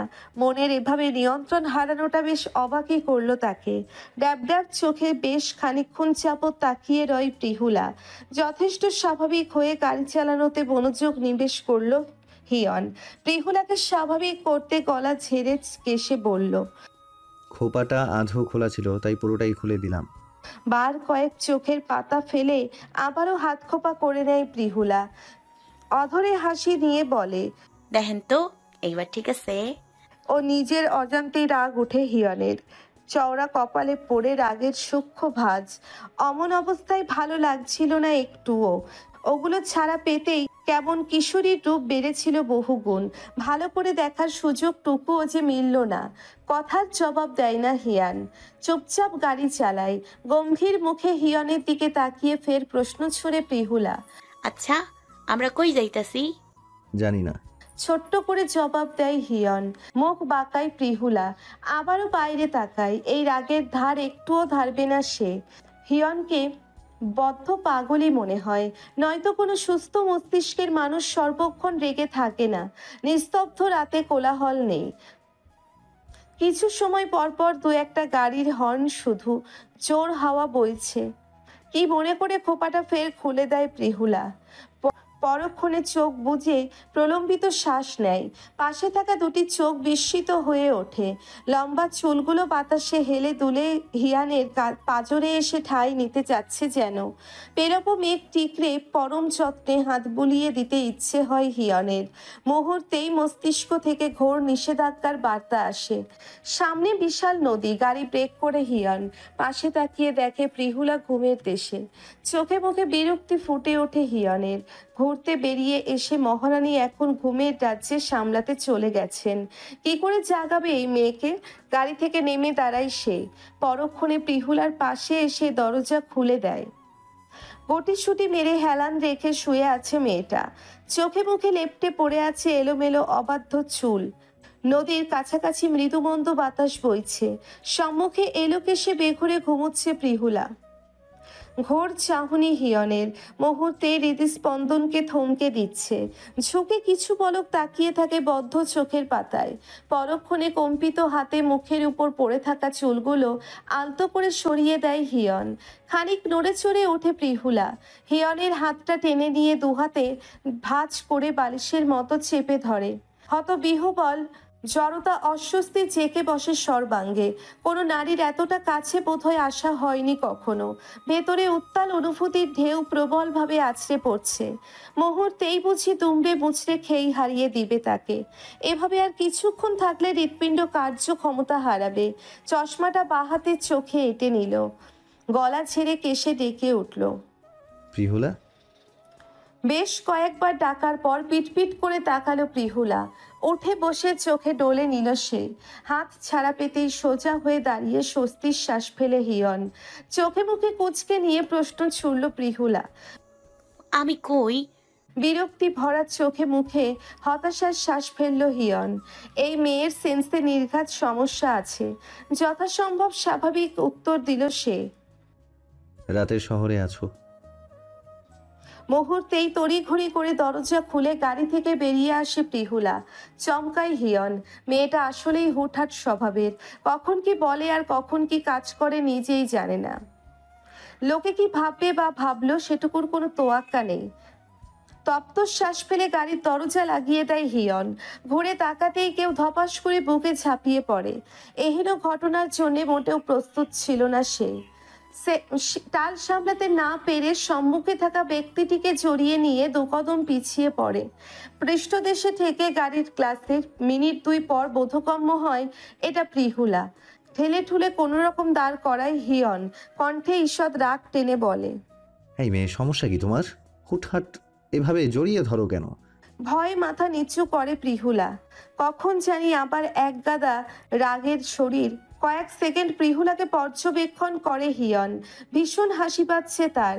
মেয়েটা যে তাকে ভয়ানক ভয় পায় তা আর বলার অপেক্ষা রাখে না। কাটা কাটা শব্দে তোতলিয়ে বলে প্রিহুলা, আপনারে জড়াই ধরতে ভালো লাগে। আশ্চর্য হয়ে তাকায় হিয়ন। কি বলছে এই ছোট্ট কিশোরী? কিঞ্চিত ভ্রু বাঁকায় হিয়ন।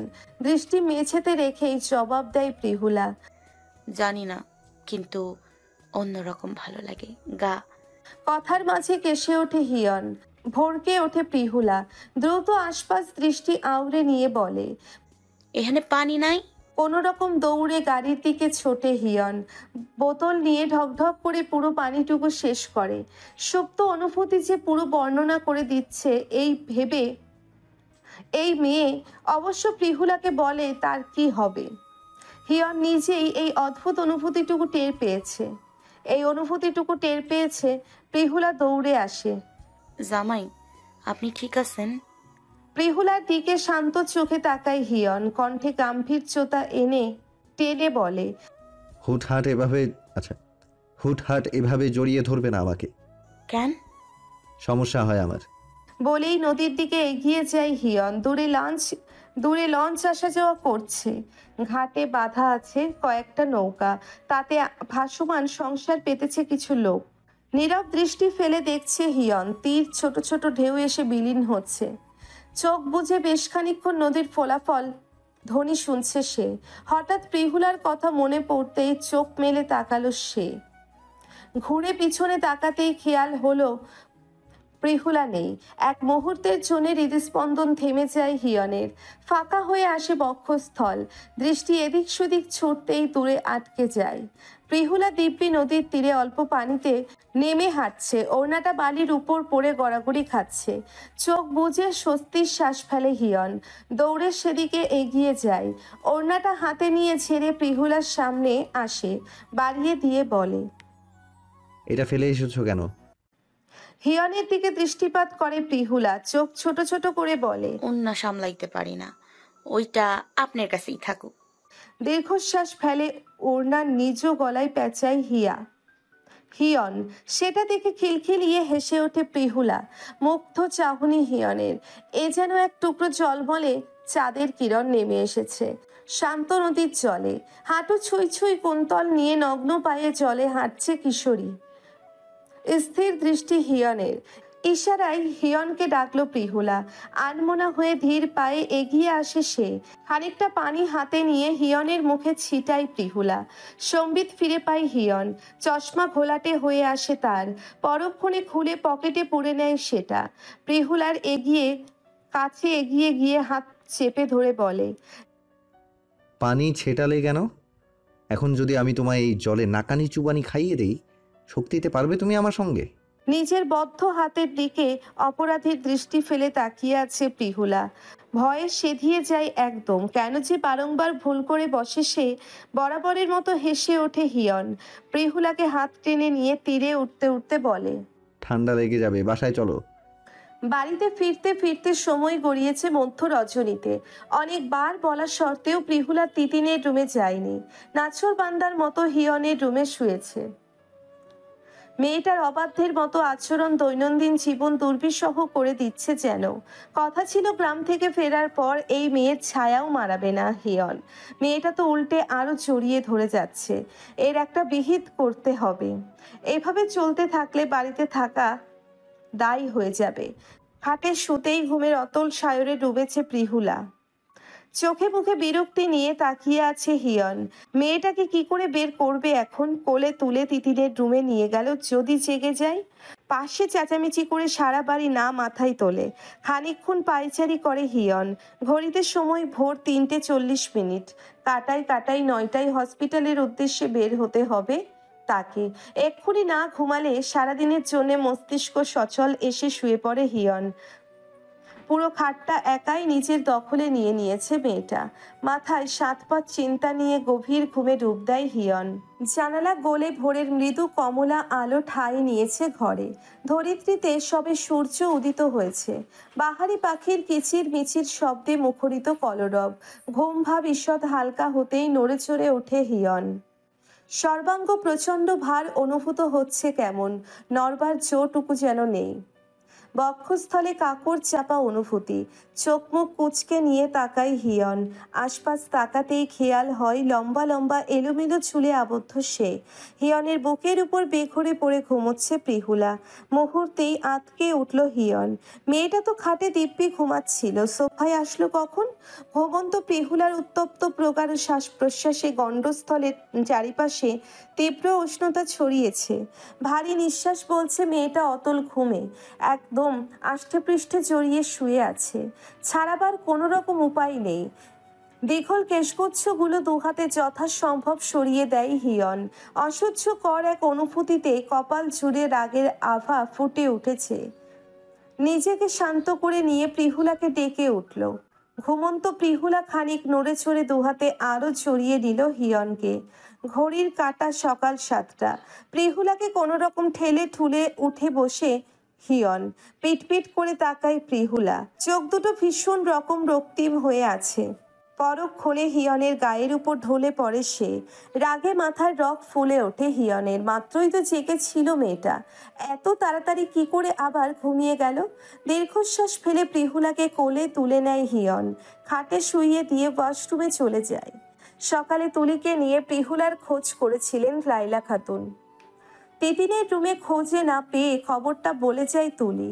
মেয়েটা যে হিয়নের রুমে ঘুমিয়েছে তা আর বুঝতে বাকি নেই লাইলা খাতুনের। পাশে চেয়ারে বসে খবরের কাগজে মনোযোগী লিয়াকত সাহেব। স্ত্রীর চিন্তিত মুখখানা দৃষ্টিগোচর হয়নি তার।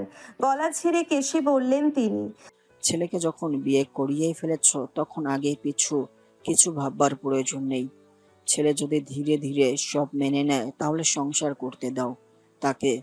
গ্রামে কি কথা দিয়ে এসেছো সেটা মাথায় রাখবার প্রয়োজন নেই। স্বামীর প্লেটে পরোটা তুলে দিতে দিতে বললেন লাইলা খাতুন, তোমার ছেলে নিজেই রাজি নয় এই সম্পর্কে। সে তো উল্টো বাল্য বিয়ের প্রতিবাদ জানিয়েছিল। তুমি তো তখন ছিলে না সেখানে, তাই সহজভাবে এসব বলে দিচ্ছ। মেয়েটার কথার বলার ধরন দেখেছ? বাচ্চা একটা, হাতে পায়ে বড় হলেই যে সংসারের উপযোগী তেমন নয়। খবরের কাগজ রেখে খাওয়ার মনোযোগী হলেন লিয়াকত সাহেব। স্ত্রীর কাছ থেকে সমস্ত কিছুই শুনেছেন। নিয়তির হয়তো অন্য কিছু ছিল, নয়তো দুর্ঘটনাবশত তার ছেলের সঙ্গেই কেন মেয়েটির বিয়ে হবে? একটু পরোটা ছিঁড়ে মুখে পুরে বললেন তিনি, ছেলে রাজি না থাকলে তো এখানে আর কিছুই করার নেই। তুমি যা কথা দিয়ে এসেছো সেটাই হবে। তবে তপ্ত শ্বাস ফেলে চেয়ারে বসলেন লাইলা খাতুন। চিন্তা এখনো তার কপাল জুড়ে আনমোনা হয়ে বললেন তিনি, হিয়নের সঙ্গে কি মেয়েটার ডিভোর্স করিয়ে দেব? পড়াশোনার দায়িত্ব তো নিয়েছি। চিন্তা এখনো তার কপাল জুড়ে। আনমনা হয়ে বললেন তিনি। স্ত্রীর কথা শুনে খাওয়ায় মনোযোগী লিয়াকত সাহেব স্ত্রী হলেন। পাশে থাকা গ্লাস থেকে পানি খেয়ে বললেন, তারপর কি ভেবেছ মেয়েটাকে এখানে আটকে রাখতে পারবে? হিয়ানকার স্বামী মানছে সে এই বাড়িটা স্থায়ী শ্বশুর বাড়ি ভেবে বসে আছে। তোমার দিয়ে আসা কতটুকু তো আর সে জানে না। বিয়ের আসবে যে বড় বদলেছে সেইটুকু জানা। এইটুকু মেয়ে বোঝই বাকি। ডিভোর্স করাতে গিয়ে দেখলে পরিস্থিতি আরো বিগড়ে গেল তখন। কথাগুলো বলতে বলতে উঠে দাঁড়ান তিনি। কর্মক্ষেত্রে পৌঁছতে হবে তাকে। কিছু সময়ের ব্যবধানে হিয়ন আসে। ছেলের দিকে তাকিয়ে হতাশ দৃষ্টি ফেলেন লাইলা খাতুন। পরক্ষণে নাস্তা তুলে দেন প্লেটে। ফলের জুস নিয়ে আসে তুলি। আর চোখে তাকিয়ে থেকে বলে, ভাবি কি এখনো জাগে নাই ভাইজান? তুলির কথায় বিষম খেল হিয়ন। যথাসম্ভব নিজেকে সামলে নিল। কোনো হেলদোল নেই লাইলা খাতুনের। হতাশ গলায় ছেলেকে প্রশ্ন শুনলেন তিনি। প্রিহলা কি তোর রুমে? মায়ের কথাই অপ্রতিভ হলো হিয়ন। বিষয়টা স্বাভাবিক হলেও আপাত দৃষ্টিতে খুবই দৃষ্টিকটু লাগছে। মেয়েটা জোরপূর্বক আমার রুমে ঘুমিয়েছে মামুনি। অনেকবার বলা সত্ত্বেও তিতিনের রুমে যায়নি। কিছুই করার ছিল না আমার পক্ষে। কথার প্রসঙ্গ পাল্টালেন লাইলা। আজকে তো মেয়েটাকে স্কুলে ভর্তি করিয়ে দেওয়ার কথা। এভাবে বসে থাকলে দিন দিন সময় গড়াবে, কাজের কাজ কিছুই হবে না। যত দ্রুত সম্ভব ভর্তি করিয়ে দিলে ভালো হবে। পরোটা খেতে খেতে উত্তর দিল, বললেই তো আর হয়ে যায় না, এখানে কাগজপত্রের ঝামেলা আছে। ঝটপট খাওয়া শেষ করে উঠে তারা নিয়ে বেরিয়ে যায় হিয়ন। মিনিট একের মধ্যে আবারও ফিরে আসে। মায়ের উদ্দেশ্যে বলে সে আজকে হসপিটাল থেকে ফেরার পর গ্রামে যাবে। ছেলের কথা শুনে হতভম্ব হয়ে তাকিয়ে থাকেন লাইলা খাতুন। ততক্ষণে স্থান ত্যাগ করে হিয়ন। তবে কি মেয়েটাকে গ্রামে ফিরিয়ে দিতে যাবে হিয়ন? মেয়েটা হয়তো তার ছেলের ধৈর্যের পরীক্ষা একটু বেশি নিয়ে ফেলেছে। বারংবার পরিবারের সামনে হেনস্থা হলে রাগ তো হবারই কথা। মনে হচ্ছে ছেলের ঘাড়ে উঠকো ঝামেলা চাপিয়ে দিলেন। হিয়ন যদি সিদ্ধান্ত নেয় মেয়েটিকে ফিরিয়ে দিয়ে আসবে, তাহলে তো ঝামেলা বৃদ্ধি পাবে। গ্রামের লোকগুলো তো ছেড়ে কথা বলবে না। সবটা যতটা সহজ ভেবেছিলেন লাইলা খাতুন, আসলে পরিস্থিতি তার চেয়ে ঢের জটিল। সমস্ত ভাবনা ক্রমেই মস্তিষ্ক দুর্বল করে দিচ্ছে। বিকেল নাগাদ বাসায় ফিরেছে হিয়ন। পাশে টুনিকে দেখতে পেয়ে এক প্রকার চমকে ওঠেন লাইলা খাতুন। ছেলে তবে গ্রামে গিয়েছিল তার দেবরের মেয়েকে নিয়ে আসতে। যাওয়ার আগে বলে গেলেই হতো, তাহলে আর অযথা দুশ্চিন্তা করতেন না তিনি। ক্লান্ত শরীরে সোফায় এসে বসেছে হিয়ন। শান্ত গলায় মায়ের উদ্দেশ্যে বলল, মামুনি, আমি গ্রামে গিয়েছিলাম টুনিকে নিয়ে আসতে, আর প্রিহুলার কাগজপত্র যা প্রয়োজন ছিল নিয়ে এসেছি। আজ থেকে টুনি আর প্রিহুলা তিতিনের রুমে থাকবে। আমি কাকিমাকে বুঝিয়ে বলে এসেছি। মনে মনে অনেকটা নিশ্চিন্ত হলেন লাইলা খাতুন। ওষ্ঠকোণে হাসি নিয়ে বললেন, ভালো করেছিস, তুই গিয়ে ফ্রেশ হয়ে নে। টুনিকে রুমে নিয়ে যাচ্ছি আমি। উঠে নিজের রুমে এগোয় হিয়ন। সকালে মায়ের করা প্রশ্নের উত্তরটুকু দিতেই টুনিকে নিয়ে এসেছে। মেয়েটা বাড়াবাড়ি রকম শুরু করেছে। টুনি না থাকলে মেয়েটা রোজকার বাইনা ধরে বসে থাকবে হিয়নের সাথে থাকার জন্যে। স্কুলে ভর্তি করানোর শেষে সমস্ত দায়িত্ব মায়ের হাতে অর্পণ করবে। তিনি দায়িত্ব নিয়েছেন সামলাক। ফ্রেশ হয়ে ব্যালকনিতে আসে হিয়ন। দোলনায় চোখ পড়তেই চমকে ওঠে। পা তুলে বসে বসে চকলেট খাচ্ছে প্রিহুলা। মুখের কয়েক জায়গায় লেগে আছে। কিয়ৎক্ষণ যাবৎ তাকিয়ে আছে হিয়ন। এই অবুঝ মেয়েকে ঠিক কি বুঝে বিয়ের পিড়িতে বসিয়েছে তার বাবা মা বুঝে আসে না হিয়নের। মেয়েটার যদি ওই দিন সত্যি বিয়ে হয়েছে তো কি করে গুছিয়ে সংসার করতো সে? তার বাবা মা কি এটুকু বোঝেনি? চকলেট শেষ হতেই প্রিহুলা পাশ ফিরে তাকায়। হিয়নকে দেখে হাসি ফুটে ওঠে মুখে। দ্রুত নেমে দাঁড়িয়ে বলে, জামাই, আপনি কখন আসছেন? ধ্যান ভাঙে হিয়নের। আমতা আমতা করে কোনো রকম বলে, একটু আগে। মুখের এই অবস্থা করেছো কেন? বার কয়েক নেত্র ঝাপটিয়ে বলল প্রিহুলা। কি করছি? ইশারায় বলল হিয়ন। মুখে চকোলেট মেখে আছে তোমার। হিয়ানের সামনে এসে দাঁড়ায় প্রিহুলা। নিজের চোখ দুটো টেনে নিয়ে ঠোঁট উল্টে দেখতে থাকে মুখ। কিছুই তো ভালো মতো দেখা যাচ্ছে না। পরক্ষণে হিয়নের দিকে ছোট ছোট চোখ নিয়ে বলে, মুইসা দেন তো, আমি দেখতে পারতাছি না। তপ্ত শ্বাস ফেলে হিয়ন। একে কিছু বলাও উচিত নয়। জ্ঞান একেবারে শূন্যের কোঠায়। তোয়াক্কা না করে দোলনায় বসে যেতে যেতে বলে, আয়নায় গিয়ে দেখে নিজে মুছে নাও। প্রিহুলা চকলেট মাখা হাতে হিয়নের সাদা টি শার্ট মুঠো করে ধরে। চলন্ত পা দুটি স্থির হয় হিয়ানের। হত বিহ্বল দৃষ্টি ফেলে নিজের টি শার্টের পানে তাকায় সে। মুখ আপনা আপনি হাঁ হয়ে আফসোসের। কেনা টি শার্ট তার। বায়নার সুরে বলে প্রিহুলা, মুইসা দেন না। এটা কি করলে? আমার টি শার্ট। ভয়ে কেঁপে উঠল প্রিহুলা। ছেড়ে দাঁড়ায় টি শার্ট। গণ্ডস্থল থেকে বক্ষস্থল অবধি শুকিয়ে বরুণ ন্যায় রূপ নেয়। ভয়ে আতঙ্কে মাথা নিচু করে কেঁদে ফেলে। সে যে ভয়ানক অপরাধ করে ফেলেছে বেশ বুঝতে পারছে। হিয়নের ইচ্ছে করছে আরও 2টা থাপ্পড় মেরে আরেকটু কাঁদিয়ে দিক তাকে। এত অবুঝপনা করে কেন এই মেয়ে? সহ্যর একটা সীমা থাকে। সব কিছুই লঙ্ঘন করে ফেলেছে সে। কি ভেবেছে হিয়ন তার স্বামী? এই বিষয়টা যে নিছক মিথ্যা। বিয়ের আসরে ঘটে যাওয়া সমস্ত কিছু এই মেয়েকে বলে না দেওয়া অবধি সমস্যার সমাধান হবে না। রাগে কপালের রগ ফুলে ওঠে হিয়নের। অবশ্য বলেই বা কি হবে? বুঝবে কতটুকু এই মেয়ে? যথাসম্ভব রাগ দমিয়ে দেওয়ার আপ্রাণ চেষ্টা করে হিয়ন। হাত মুষ্টিবদ্ধ করে ঘন ঘন বার কয়েক দম ফেলে। এখনো ফুপিয়ে কাঁদছে প্রিহুলা। জোরালো কণ্ঠে ধমকের সুরে বলল হিয়ন, এক্ষুনি বের হও। কখনো যেন এই রুমের ধারের কাছেও তোমার ছায়া না দেখি, বেয়াদব মেয়ে কোথাকার। কান্নার বেগ বাড়ে প্রিহুলার। হেঁচকে উঠছে বেশ।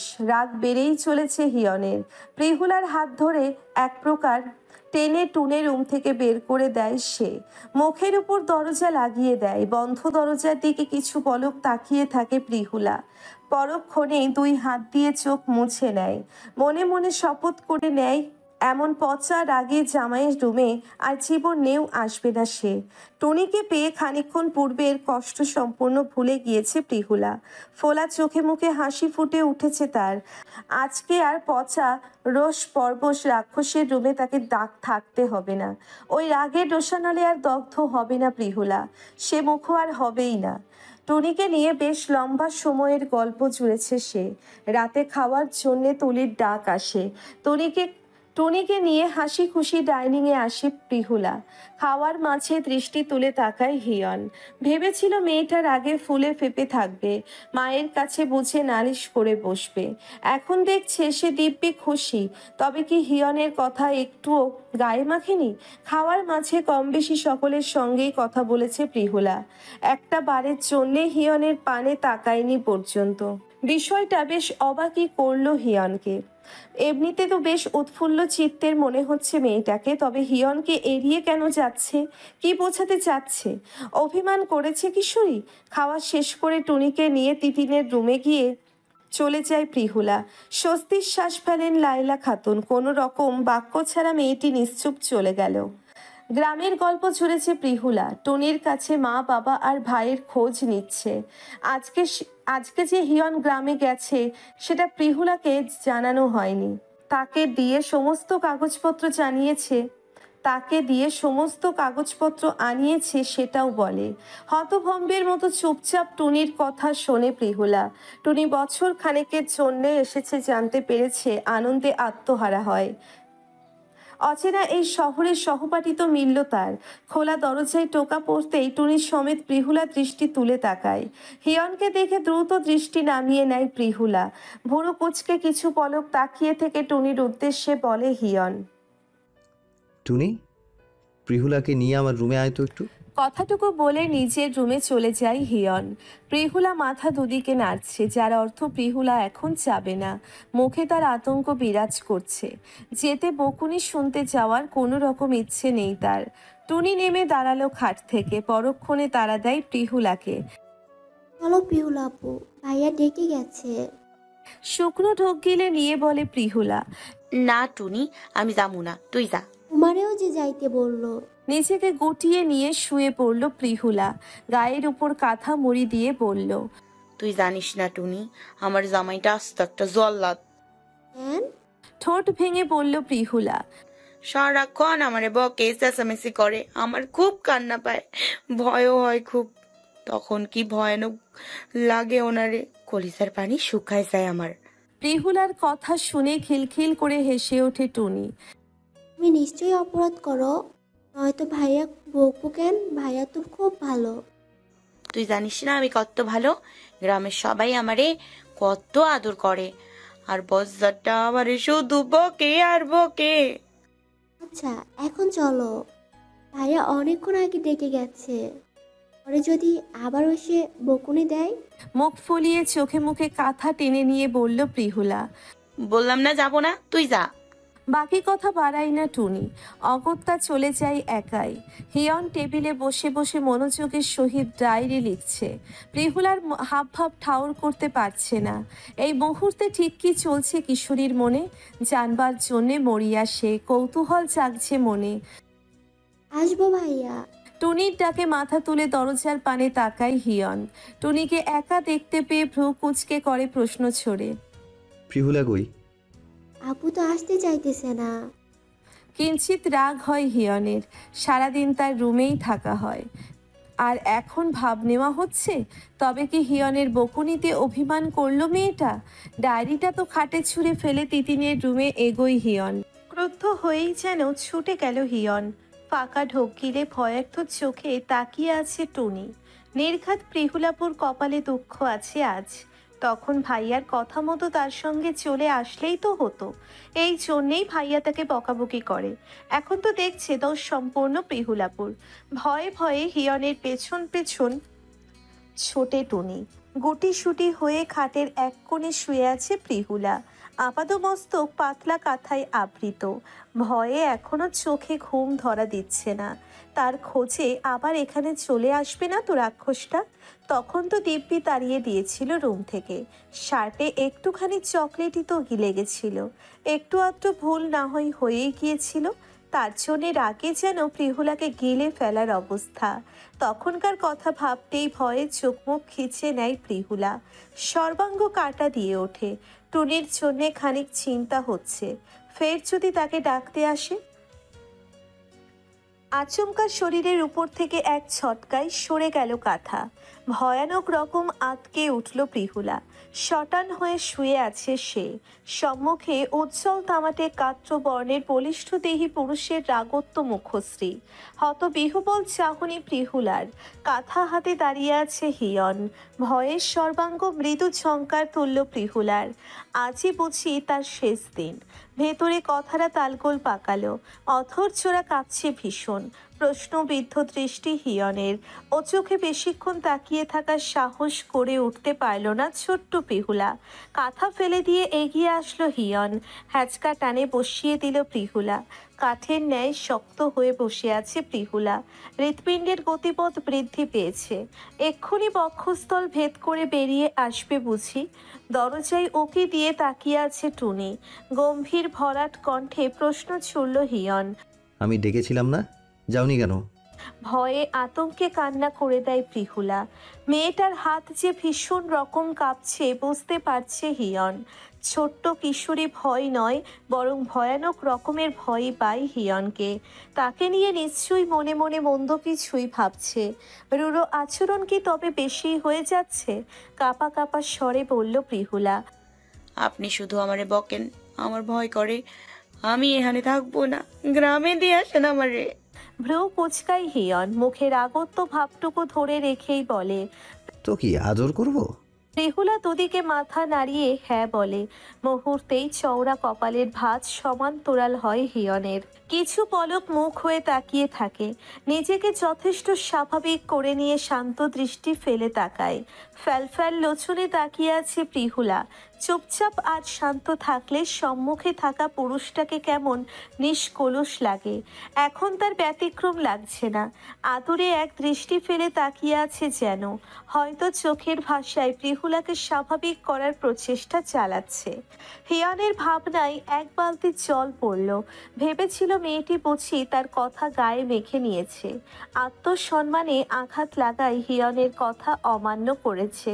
সে জন্যেই বুঝি তখন এড়িয়ে যাচ্ছিল তাকে। এখন মনে হচ্ছে সম্পূর্ণ ভুল সে। পুচকে মেয়েটা ভয় থেকে এমন সিদ্ধান্ত নিয়েছে। রীতিমতো জমের মতো ভয় পায় হিয়নকে। এটুকু ভাবনায় আসতেই নিজের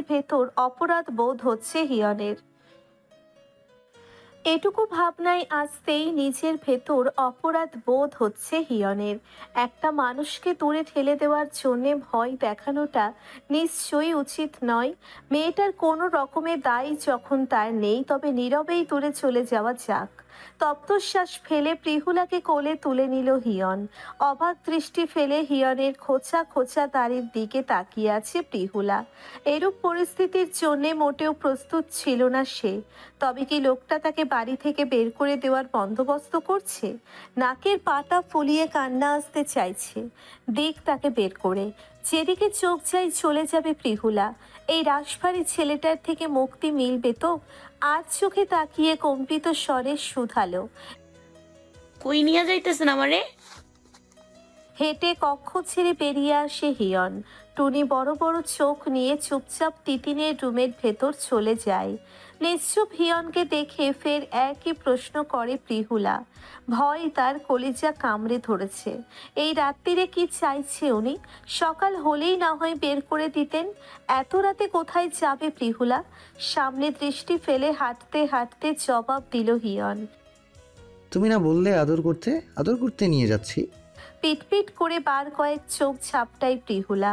কিছুই বোধগম্য হলো না তার। না কুচুর আগে লোকটা হেঁটে যাচ্ছে আপন গতিতে। ফের কাঁপা কাঁপা স্বরে বলল প্রিহুলা, তিতিরাপুর রুমেই আদর করতেন। একদম চুপ। এক ধমকেই নিশ্চুপ হয়ে গেল প্রিহুলা। হিয়ন ব্যালকনিতে এসে দোলনায় বসিয়ে দেয় প্রিহুলাকে। ভয়ে জড়সড় হয়ে বসে আছে সে। একটুও ভয় কমেনি। হিয়নের হাবভাব বোঝা মুশকিল। কখন আবার রাম ধমক দিয়ে রাগ ছাড়ে কে জানে। প্রচণ্ড চলতেষ্টা পেল প্রিহুলার। বাঘের গুহা থেকে ছাড়া না পাওয়া অবধি ভয় কিছুতেই কমবে না। রুমের দিকে তাকিয়ে টুনিকে খুঁজছে বারংবার। রাক্ষসটার কাছে প্রিহুলাকে ফেলে দিয়ে দিব্যি পালিয়েছে টুনিটা। এখান থেকে একবার ছাড়া মিলুক, পরক্ষণে টুনির ব্যবস্থা করবে মনে মনে ভেবে নেয় প্রিহুলা। রুমের ভেতরে গিয়ে টেবিল হাতড়ে কিছু খুঁজছে হিয়ন। নিশ্চুপ সেদিকে তাকিয়ে প্রিহুলা। মারার জন্যে লাঠি খুঁজছে না তো আবার? দোলনা থেকে উঠে দাঁড়ায় প্রিহুলা। জোরালো কণ্ঠে বলে, টুনি কই? আপনি তো টুনিরেও আসতে বলছিলেন, আমি ডাইক্কা নিয়ে আসি। পুরো গম্ভীর স্বরে উত্তর আসলো, চুপচাপ দাঁড়াতে বলেছি। পরক্ষণে প্রিহুলা দৃষ্টি রাখে শুভ্র মার্বেল খচিত মেঝেতে। আর একটা টু শব্দও করে না, পাছে না মার খেয়ে বসে। হিয়ন রুমের ভিতর থেকে এক বক্স ডেয়ারি মিল্ক চকলেট নিয়ে ব্যালকনিতে আসলো। পুরো প্যাকেট ভর্তি চকোলেটে ঠাসা। হিয়নের উপস্থিতি টের পেয়েও দৃষ্টি তুলবার সাহস করেনি প্রিহুলা। অনুমতির অপেক্ষায়। ভীরু প্রিহুলাকে দেখে ওষ্ঠ কোণে মৃদু হাসি ফুটে ওঠে হিয়নের। নীল সাদা মিশ্রিত সালোয়ার কামিজ গায়ে চড়ানো কিশোরী চিবুক নামিয়ে রেখেছে। মাথার খোপা অনেকটা আলগা হয়ে ঝুলে আছে। টুটির কাছটাই ফুটে উঠেছে রক্তিম গাঢ় তিলক। কয়েক সেকেন্ড সেদিকে স্থির শীতল দৃষ্টি ফেলে তাকিয়ে রইল হিয়ন। ওড়না তো কোনো কালেই সামলাতে জানে না এই মেয়ে। ফলস্বরূপ এসব ভয়ানক কিছু উন্মোচিত হয়ে থাকে। তপ্তশ্বাস ফেলে বলে হিয়ন, গ্রামে থাকাকালীন কি সেলোয়ার কামিজ পরনি? দৃষ্টি তুলে তাকায় প্রিহুলা। শাড়ি কাপড় পরছি। না, এগুলো তোমার। মুহূর্তেই সমস্ত ভয় জড়তা কেটে গিয়ে উৎফুল্ল হয়ে ওঠে সে। চোখ উপচে পড়ছে খুশির জোয়ার। পকেটে হাত পুড়ে তাকিয়ে আছে হিয়ন। চকলেট হাতে নিয়ে বলে প্রিহুলা, সবগুলো আমার জন্য? ছোট্ট করে জবাব দেয় হিয়ন। নিশ্চুপ দাঁড়িয়ে কেবল কিশোরীর পাগলামি দেখায় বিভোর সে। প্রচণ্ড খুশি দমিয়ে দিতে না পেরে হিয়নকে চাপটে ধরল প্রিহুলা। আচমকা কয়েক কদম পিছিয়ে গেল হিয়ন। সাবধানতার সহিত আগলে নিল প্রিহুলাকে। একটুর জন্যে পড়েই যাচ্ছিল সে। এত হুটহাট স্বভাবের কেন এই মেয়ে? আমার ভালো জামাই। প্রিহুলাকে ছাড়িয়ে কোনো রকম দাঁড় করায় হিয়ন। মুহূর্তেই হাসিটুকু উবে যায় প্রিহুলার। অপরাধীর মতো মুখখানা থমথমে করে নিয়ে বলে, ভুল হইয়া গেছে। আপনি তো বলছিলেন জড়াই ধরতে না, মনে ছিল না। আর কখনো এমন হইব না। কথাটুকু কোনো রকম তোয়াক্কা করলো না হিয়ন। এই মুহূর্তে কোনো রকম রাগ দেখাতে চাচ্ছে না সে। অন্তত হিয়নের জন্যে মনে ভালো কিছু পুষে রাখুক মেয়েটা, ভালোটুকু নিয়েই না হয় দূরত্বের সূচনা হোক। হিয়নের দিকে ভালোভাবে দৃষ্টি পড়তেই চমকে ওঠে প্রিহুলা। চকলেট মাখা টি শার্টটা এখনো গায়ে জড়িয়ে আছে সে। অবরুদ্ধ নজরে তাকিয়ে আছে প্রিহুলা। কিয়ৎক্ষণ পূর্বের ভুলের কথা মনে পড়ে যায়। মুহূর্তেই আবারও দৃষ্টি নিচু করে নেয় সে। প্রিহুলাকে অবলোকন করে নিয়ে বলে হিয়ন, না, এবার চকোলেট খেতে পারো। মুখ আর 2 হাত যখন মাখামাখি হয়ে একাকার হয়ে যাবে তখন ইচ্ছে মতো আমার টি শার্ট মাখিয়ে দিও, একটুও রাগ করবো না আমি। দৃষ্টি তুলে আর চোখে তাকায় প্রিহুলা। হিয়নের কথাটুকু ছোট্ট মস্তিষ্ক ঠাউর করে উঠতে পারল না। বলল, আপনার রাগ কি কমছে? প্রিহুলার কথায় বড্ড হাসি পায় হিয়নের। সঙ্গোপনে হাসিটুকু আড়াল করে নিয়ে বলে, রাগ তো তুমি দেখালে। ভ্রুকুটি করে নিয়ে বলে প্রিহুলা, আমি কই রাগ দেখাইলাম? এই যে ডাকার পরও আসছিলে না, এটা রাগ নয়? আপনিই তো আসতে নিষেধ করছিলেন, ভয়ে আসি নাই। আপনি বকা দিলে আমার অনেক কান্না পায়। এই যে এখন একটু রাগ নাই, সব সময় এইরকম থাকবেন। চোখ ছোট ছোট করে নিয়ে বলে হিয়ন, কেন, আমি কি খুব বকি তোমায়? বকেনি তো। বকার মতো কাজ করবে না আর তাহলে। কথাটুকু বলে ঘড়ির দিকে তাকায় হিয়ন। রাত 12টা বেজে গেছে ইতিমধ্যেই। এক্ষুনি ঘুমাবার বন্দোবস্ত করতে হবে তাকে, নয়তো সকালে চোখ থেকে ঘুম নামতে চাইবে না। হাই তুলে নিয়ে বলে হিয়ন, বকবো না, যাও শুয়ে পড়ো, আর টুনিকেও চকোলেট দিও। মাথা কাত করে সাই জানায় প্রিহুলা। ব্যালকনি পেরিয়ে রুমে আসতেই থমকে দাঁড়ায়। পরক্ষণে ঘুরে তাকিয়ে বলে, আপনি না বলছেন আদর দেবেন? প্রিহুলার কথায় ভ্যাবাচ্যাকা খায় হিয়ন। গোল গোল চোখে হতবুদ্ধি হয়ে কেবল তাকিয়ে থাকে। আমতা আমতা করে কোনো রকম বলে, কিসের আদর? প্রিহুলা চকোলেট খেতে খেতে জবাব দেয়,